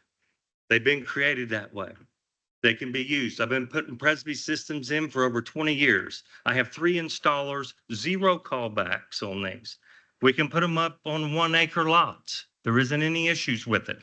I know a bunch of them where they're at in this community. This 5 acre rule that I'm seeing in the CDO for you to be able to put a house up is way too much. There's a lot of people that don't want 5 acres. They don't want to have to take care of it. They want to go out, mow their lawn. An acre is plenty to mow Saturday morning and go play golf in the afternoon. That's kind of the American. Sorry to interrupt you, dream. Mr. Jenner. Your 3 minutes are up, but thank you for coming out tonight. So we are approaching 9 p.m., so I want to follow our rules of procedure. Could I get a show of hands for anybody in the room who still wishes to speak? Okay, so we've got a few people still wishing to speak. So I want to turn now to the Plan Commission to discuss whether we want to continue this meeting to another day or whether someone would like to make a motion to continue the meeting tonight. I would recommend if we continue tonight that we set a time to revisit that. My question would be, do we still have people downstairs who are not presently up? I know we have space in the room, but I don't know if that indicates the first floor level has been cleared of potential speakers. And we don't know for sure that there's nobody online waiting to speak because we haven't updated that yet either. Right. Yeah, Tammy, go ahead. Planning staff has checked in downstairs several times, and I think everyone who wanted to come up has come up here. And also, Tron does have his hand raised. Okay. Let me, I would like to make a motion that we continue this meeting until 10 o'clock and then take another vote. Second. okay, so we have a motion and a second. Jackie, would you call the roll? Sure, I'll go ahead and call the roll to proceed with the meeting until 10 p.m. A vote and second has been made. Scott Ferris, Yes. Jeff Morris, Yes. Margaret Clements. Yes, but I also would like to continue the meeting to October 1st, even if we go through the number of people who are in the room tonight who wish to speak, because I believe some people have left who wanted to speak. But yes, for hearing the people who are still here, and October 1st for the ones who left. Jerry Pittsford, Yes. Julie Thomas, Yes. Tron Enright Randolph, I know I'm attending online. It makes some things a bit more challenging, but I was a little bit recognized that I had my hand up, and the president of the Plan Commission, Jeff Morris, had mentioned he wanted to go back to the Plan Commission for some discussion, and before I was recognized, a motion was offered. So I do feel like I was stifled to share my thoughts or my opinion about how to proceed. And that just kind of is my thought. And I'm in support of what Margaret was saying, the second part about continuing this. I'm in support of listening to folks too, but I rather have a motion that incorporates continuing this to the October 1st and keeping the public comment open as well. So I'm going to vote no on this motion. okay, Dee Owens. Yes. Okay, motion is 6-1 to proceed till 10 p.m. Okay, Jackie, so thank you. And to address the comment, first of all, Mr. Enright Randolph, I apologize that I did not see your hand raised. And to Ms. Clemens' comment, I believe that when we come to the 10 o'clock hour, if we were still conversing and still waiting on public to speak, we'll have another motion to determine if we want to continue into the night or continue to another day. I think if we end sooner than 10 p.m., then a Plan Commission member could make a motion to continue the meeting anyway. So I think we can address it in that fashion. So if we have anybody online who still wishes to speak tonight, please go ahead and raise your virtual hand to be added to the queue, and we will go back and forth between virtual attendees and in-person attendees. If we do happen to have anyone downstairs on the first floor of the courthouse in the rotunda who wishes to speak, please go ahead and come up to the room. We don't have too many people ahead of you in line. So we can turn now to the next person in line to speak in person. If you could come forward, state your first name, last name, and whether you live, work, or recreate in the county.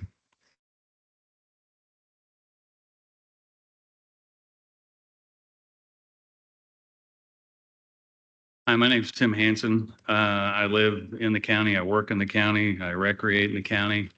I have since 1990. And I think I want to take a little bit a different direction. I've heard a lot of the comments and I agree with a lot of them. What I've read through the UDO and looking at the zoning maps that are projected, it seems that everything is catered towards restricting something, not promoting anything. And I think what has been talked about, the need of housing, is so important. Employers rely on it. Cook has made a big push on trying to get more people. It's not that we can't have a factory built or an office space or something. People need to have a place to live. Employers are looking for that just as they're looking for land to do it on. And so I'm thinking that the CDO needs to be reviewed, just like it's happening here. But I think the document that really needs an overhaul is the comprehensive plan. It's listed as a guiding document for this document itself, yet it hasn't been updated in 13 years. The previous document that updated this for the comprehensive plan was 15 years old. And the current one, the 2012 one, talked about the things that were going on in 2012 and trying to project out to the future. And those things haven't happened. And you don't know that. You don't have the information. Staff doesn't have the information because that information hasn't been gathered to make these type decisions on. And that those things, the guiding documents and vision statements, need to be in place prior to the rules that guide how they happen. I'll bet none of you know that growth has been absolutely flat since 2010. So we do. 0.9% from today to 2010. Actually, from the census in 2020 to 2023, Monroe County is decreased by 0.3%. Bloomington's decreased by 2.06%. Ellettsville's shown only growth. And the one thing I can say about Ellettsville, when we had a meeting about the new stormwater ordinance, Ellettsville was the only one that says we're open for business. We'll work with you however we can. We want to have safe development, quality development, but we're open for business. And I think that's something Monroe County is lacking. And I think you need to start with a vision statement, and you start with demographics to know where you are today and where you want to go. Because we haven't had 10% growth like was predicted in the last comprehensive plan. And if we want to have a healthy county, we need to have growth. Thank you for coming forward tonight. If our next in-person speaker could come to the podium, sign in, state your first name and last name, and whether you live, work, and recreate in the county. Hi, I'm Joe Clark. I'm a Monroe County resident. I was born and raised here. I live in Van Buren Township. What concerns me is trying to limit the amount of animals you have per acre. I'm a full-time farmer, and I try to be a for-profit farmer. And the amount of animals that you're requesting, there's no way you can make a profit with that. And actually, there's several farmers in the area that probably have double or triple that amount. And you've got to have that to make a profit. So I think you need to look at that. The state does have numbers, and they're a lot more reasonable than the numbers that you've come up with. So that's just my concern. Thank you, sir, for coming forward tonight. Our next in-person speaker could sign in, state your first name and last name, and whether you live, work, or recreate in the county. And again, if we have anybody downstairs who still wishes to speak, please come up to the third floor. Greg Young. I've been a resident of this county 68 years next week. I live out in Unionville, Benton Township. I got 7 generations in front of me that's farmed in Benton Township. My great-great-great-grandfather, David, came here in 1824. And we've been here ever since, farming Benton and Salt Creek Townships. This is personal to me, this whole rural thing. I understand rural. I am rural. I buy my clothes at Rural King, Wranglers, Red Wings. I'm all about rural. I love my home in the country. I love Unionville. I don't want to see it change. But I don't want to see somebody not be able to have a home. 1976, I had a dream. I was 19 years old. I lost my index finger in a incident at work. I got it in a fan on a bulldozer. Well, I got a payoff from work comp, $3,000. So Jerry Gates sold me 18 acres in Unionville in 1976. In 1978, my father-in-law, my to-be future father-in-law, helped me build a new home on this 18 acres. We didn't get a permit. We never had an inspection. It's got a septic system even. Imagine that. And it still works. I've had it pumped twice in 46 years. It works. I grew up in a rural subdivision of all things. My father and Ralph Reska bought the Conard farm out by the Brown County line in 1964. They subdivided that. We moved there when I was in the 5th grade and lived in a rural subdivision. It was a good life. 10 minutes, I could be squirrel hunting, deer hunting, fishing in Salt Creek. We farmed all them bottoms out there, the lake bottoms. My brother leased that property. I know what rural life is all about, and it's good. But we can't penalize just because somebody wants to build a home out in the country. That was my dream. I accomplished it. Can a 19-year-old kid today go buy 18 acres? Slim chance. Not in this county. I'm a business owner too. My wife and I operate a small business. We got about 50 employees. And unfortunately, half of them have to live outside the county because they can't afford to live in Monroe County. That's pretty sad. You know, Dave Jenner, Tom Weiniger, they're not enemies. I guarantee you, a developer built the house you live in. It might have been a school bus driver or a farmer that built it. And I'm sorry to cut you off, sir, but your 3 minutes are up. So thank you for coming out to share your story and speak Well, tonight. thank you so much. Thank you. you for your time. Chris, I babysitted for that guy right there. Hey, if we have anybody else in person that wishes to speak, please come forward, sign in, state your first name and last name, and whether you live, work, or recreate in the county. Hello, my name is Lindsay Boswell, and I live, work, and recreate here in our community, currently residing within the city of Bloomington limits. Personally, I moved here 8 years ago to attend Indiana University, and I decided to remain here after completing my degree because this community provides jobs, education, arts, and recreational opportunities more than my hometown in Southern Indiana, and so I chose it to be my new home. But truthfully, it's been pretty difficult to remain in this area because of the high and increasing cost of housing and the limited availability.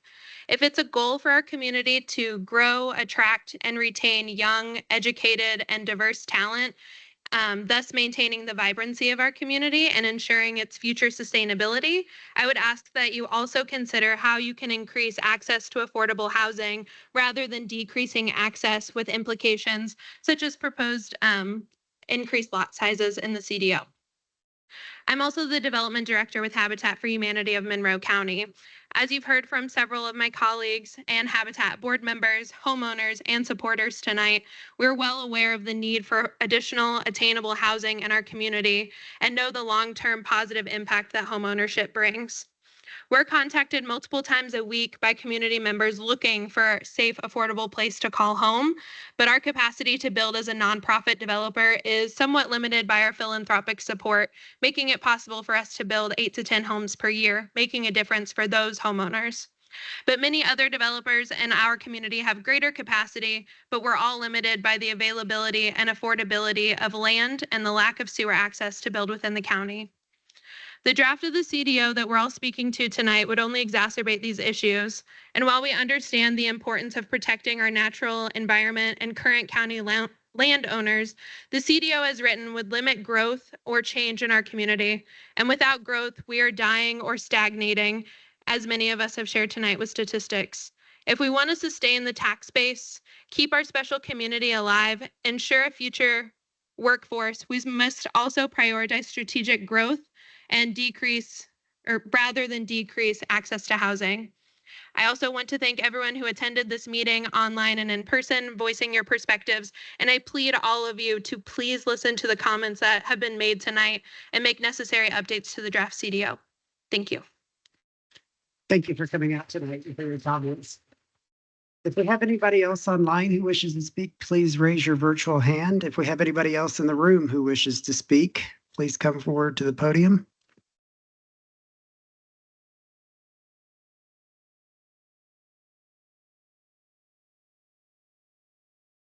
You could sign in, state your first name, last name, and whether you live, work, or recreate in the county.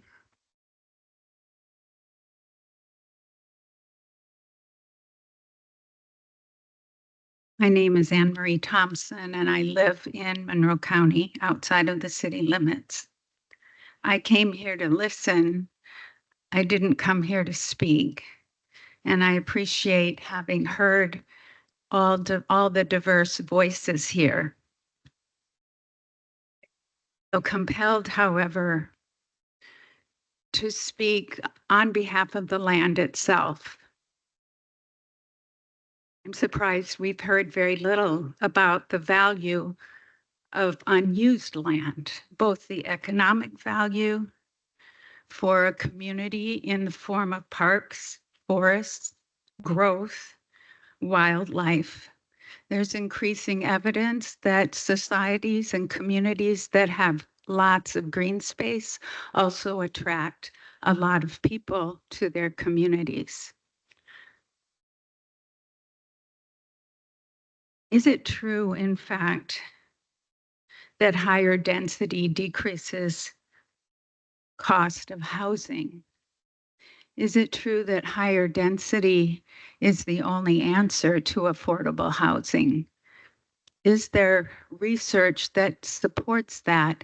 And how do we measure long-term economic benefits of green space?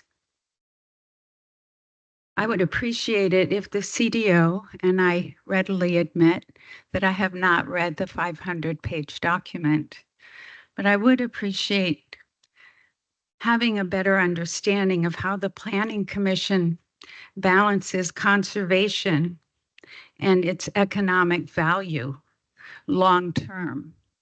Much of what we've heard tonight feels to me short-sighted. There is the long-term benefit of investing in our communities. Certainly affordable housing is a problem. I feel that deeply. But I feel compelled to speak for the land, and that's all I have to say. Thank you. Thank you, Ms. Thompson, for coming forward and speaking tonight, even though you hadn't planned to. We appreciate it. If there's anyone else in person that wishes to speak, you're welcome to come to the podium. And again, if we have anybody else on the first floor that wishes to speak, please come forward or please come upstairs.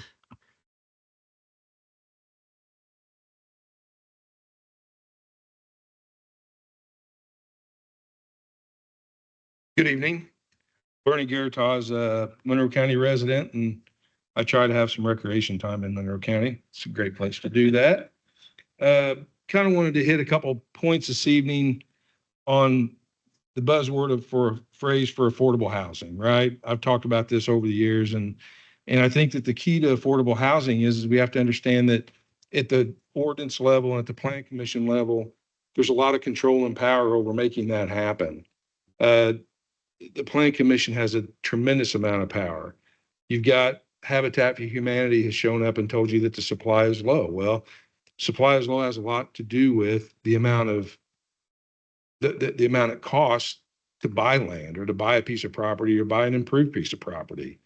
It's directly related to development standards. It's directly related to land costs. It's supply and demand. And another factor that I think we have to hit that with, which Mr. Funkhauser hit on, was taxes, the property taxes that we have in property now. The elevated number in dollars that we have to pay for property in our house, it comes out of our mortgage payment, comes out of our disposable income, because your neighbor's house sells for X and now all of a sudden your property sells for that. They're selling for X because development standards, land costs, supply and demand has caused that price to go up.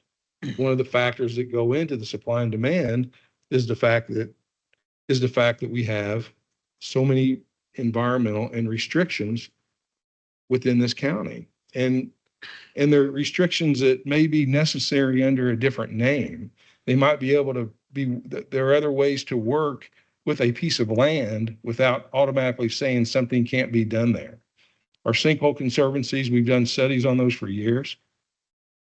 Before we changed them, they were in pretty good shape. I think they were excessive before the latest change, but they were workable. We go through a PUD, we go through a rezone, and all of a sudden a 15-acre piece of property is halfway developable because we think we can't develop on it because it's got sinkholes on it. Well, that's not the case. The other thing that takes away from the land mass, developable land in the county is this 25-year moratorium. It has to go. In a sliding scale subdivision, you're taking a huge percentage of a parent tract of property out of the equation, which limits the supply of land that you can use for developable property. It's a supply and demand equation. The nice lady who spoke right before me, she hit something on the head that I think that we need, and I think that the consultant can pull this together. I think that maybe they did a few years ago, but I think it would be nice for the community to know how much land is pulled out of Monroe County, both in acres and percentage, in environmental constraints. Maybe we can't calculate everything we've got for sinkholes, but we can do floodplain, we can do slopes. Some of that's changed, so that number is going to vary. But I think that those would be good numbers to have in the CDO. Thank you very much. Have a great evening, and thanks for the hard work, staff. Thank you, Mr. Veritas, and apologies that the beard threw me off. So I said, Apologies that the beard threw me off. I didn't recognize you at first, but thank you for coming out tonight. Do we have anybody else in person who wishes to speak? Okay. If you want to come forward, then I see we have a virtual hand raised, so we'll go to Julie Shields after you, sir. All right. Yeah, I'm Jamie Laspada. 25 years from now is what? 2050? I mean, most American people probably never heard of this in their life, but if you go on the World Economic Forum's website and you look at the agenda of the planning department here, it is the agenda 2030 or 2050. That's what it reflects. I just want people to know that. You need to go on that website and research it. Thank you. Thank you for coming forward. Julie Shields, you're next. If you could unmute, state your first name, last name, whether you live, work, or recreate in the county. You'll have 3 minutes.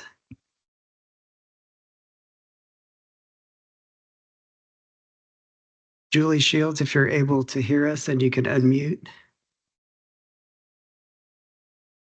Okay, we'll turn back to additional in-person comments. If there's anybody else here in the room who wishes to come forward and speak.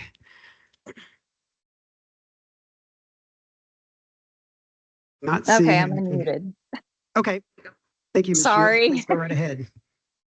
I'm Julie Shields. I live in Monroe County. I live outside of the city limits. I'm the proud wife of a cattle farmer. And the restrictions that you're wanting to put on the farmer in the county is just, it's just unacceptable. And it's just, you're not understanding the full picture. I think it's really hard for someone to put a restriction on something if you do not work in that environment and know how that works. This is our livelihood. This is how we pay our bills and put food on the table and pay the people or feed the people in our community. And it's not as cut and dry as one cow is 1 acre. Our cows don't rely just on grass. They're grain fed. We don't have 50 cows in a 10 by 10 space. They're not mistreated. They're not going without water. They're not, in an awful place. It's just a different environment. And it's not that they're here that long, but to be able to do this business correctly, we can't have a restriction put on us. I mean, Monroe County puts so many restrictions on us now. We pay crazy amount of taxes to not be able to do what we need to do on our land. And it's our land. We paid for it. So I don't understand why we have to continuously kept being told that, we can't do this, we can't do that. And now, you can go into town and you can see all these places that don't have people working because some people don't want to work. And here we are trying to work and do the best that we can. And now the county's wanting to try to prevent us from doing our job to the best of our ability. And then the other side of it is, yes, we have property that hopefully we can hand down to our children and our grandchildren. But now you want to put a restriction on that. You know, why do so many people have to be in control of something that we work hard for every day? Something just needs to be changed, and something really has to be changed with this livestock restriction. That's just not going to work for the local farmers. There's not that many around here, and to do that, you're just going to create more issues, and there's not going to be any. So thank you. Thank you, Ms. Shields. I appreciate you speaking tonight.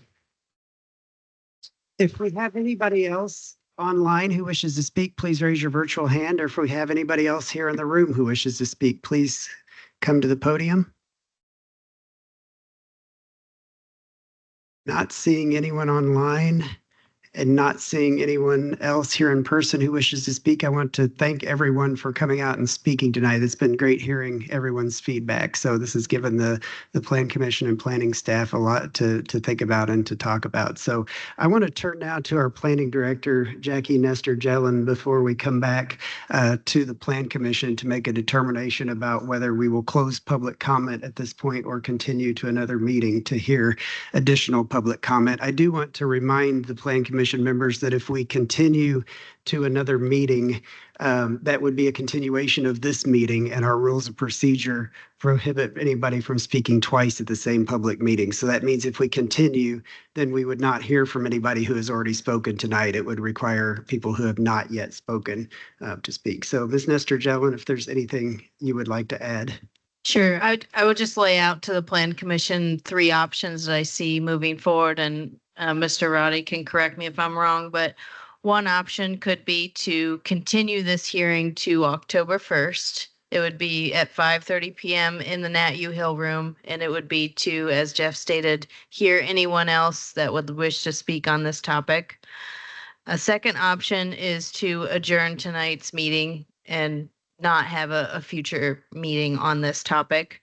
And a third option is to adjourn the hearing and close the public comment period. I want to note that if you do the third option of closing the public comment, we did encourage people that were here, possibly an overflow, that the CDO feedback survey was going to still be open. Once you adjourn the public hearing on this topic, all of that public hearing, all that public comment that's basically brought to us after you adjourn is going to be consideration for the commissioners and not necessarily the Plan Commission. So I want to make sure that if you do go with option 3 and we still get a trickling in of public comment, if you want to give them a few days grace period to keep that going, I would suggest not closing the public comment. So I'll just concisely offer the options again. So 1, continue the hearing to October 1st. 2, adjourn the hearing, or 3, adjourn the hearing and close the public hearing. And I'll also note that Tron Enright Randolph has his hand raised on Teams. Okay, we'll get to you in just a second, Mr. Enright Randolph. I do want to mention a couple of additional items on the agenda, which is reports. So Jackie, do you have any reports for us tonight? I do not. And Roddy, do you have any legal reports for us tonight? No, Mr. Morse. Okay, thank you, sir. So we have the 3 options available to us to bring back to the Plan Commission for comment. So Mr. Enright Randolph, with your hand raised, I'll let you go first.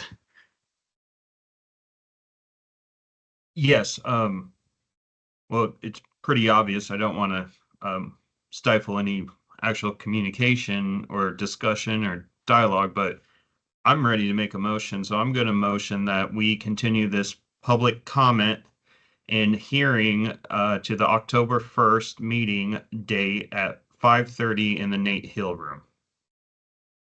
And I preface that with, I know that a lot of people have left the meeting. I've had a lot of text messages and such as well. And there's also been a few hiccups online where some folks didn't know what was going on when we kind of took a break. And also some folks had thought there might have been technical difficulties. And so I think there's still a lot of folks that had wished to speak. So that's my motion, and I hope I get a second.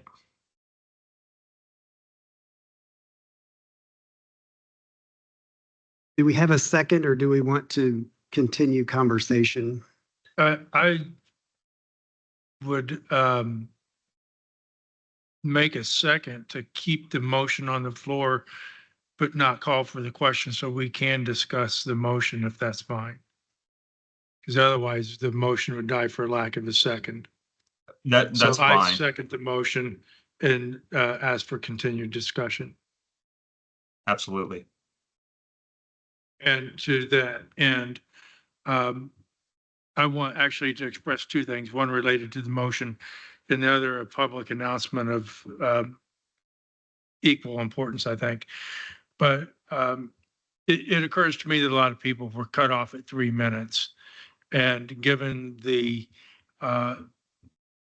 amount of time that we have spent as a board on this CDO and the duration that the CDO will have as a guiding document, to limit people with what I felt like were genuine enumerated concerns to 3 minutes is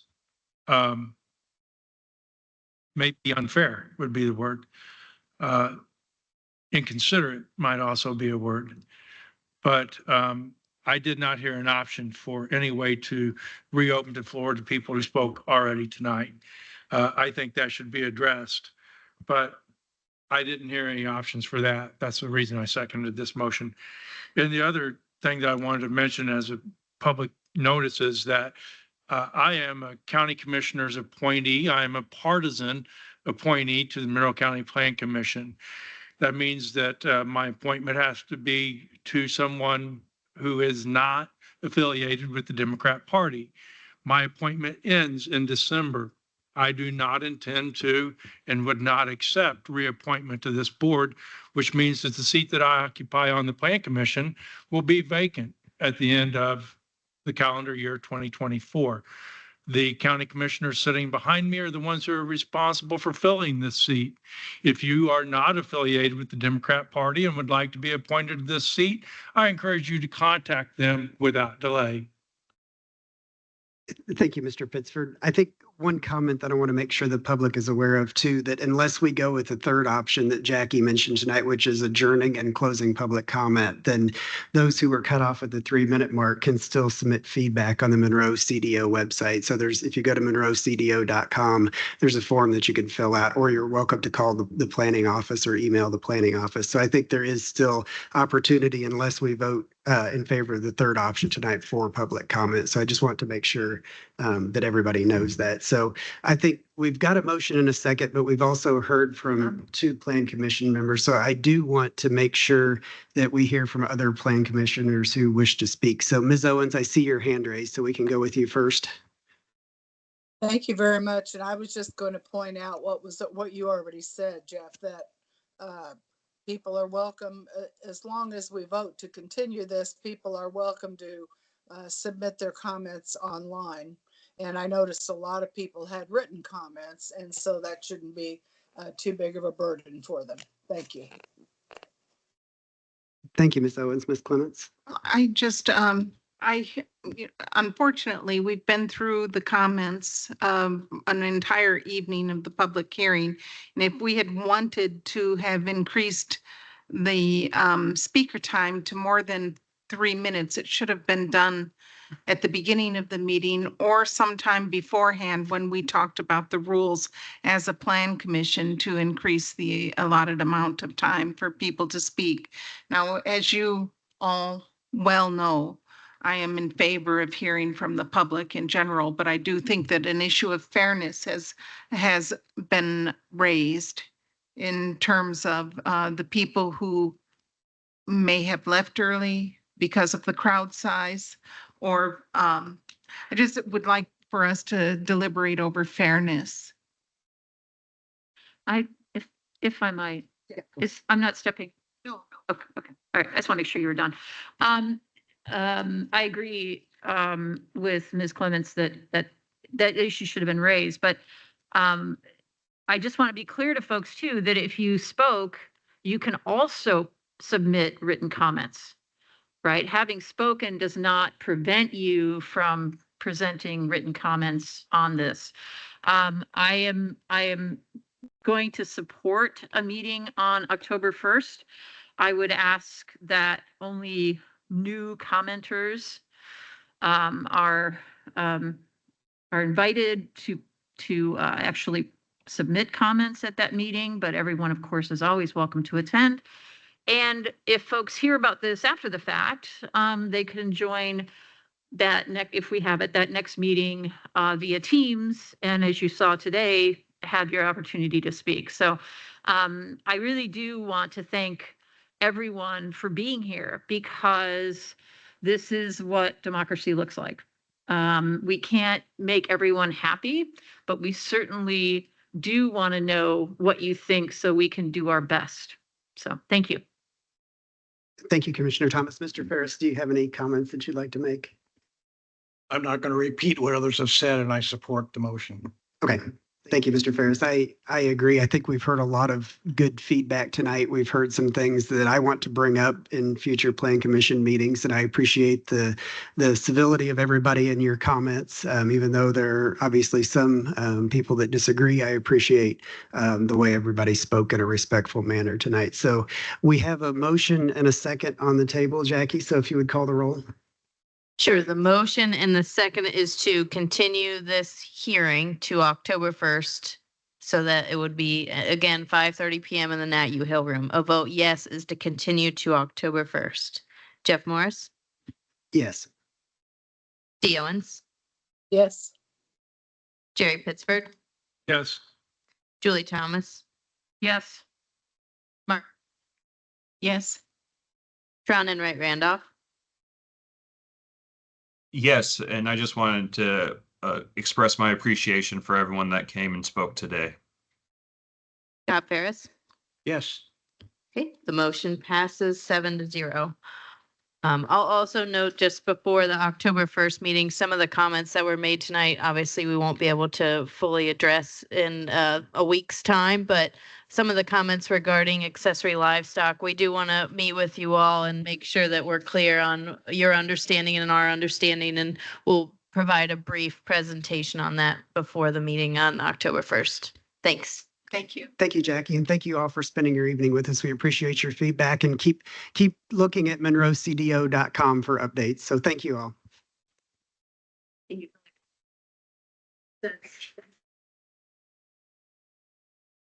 Are we adjourned?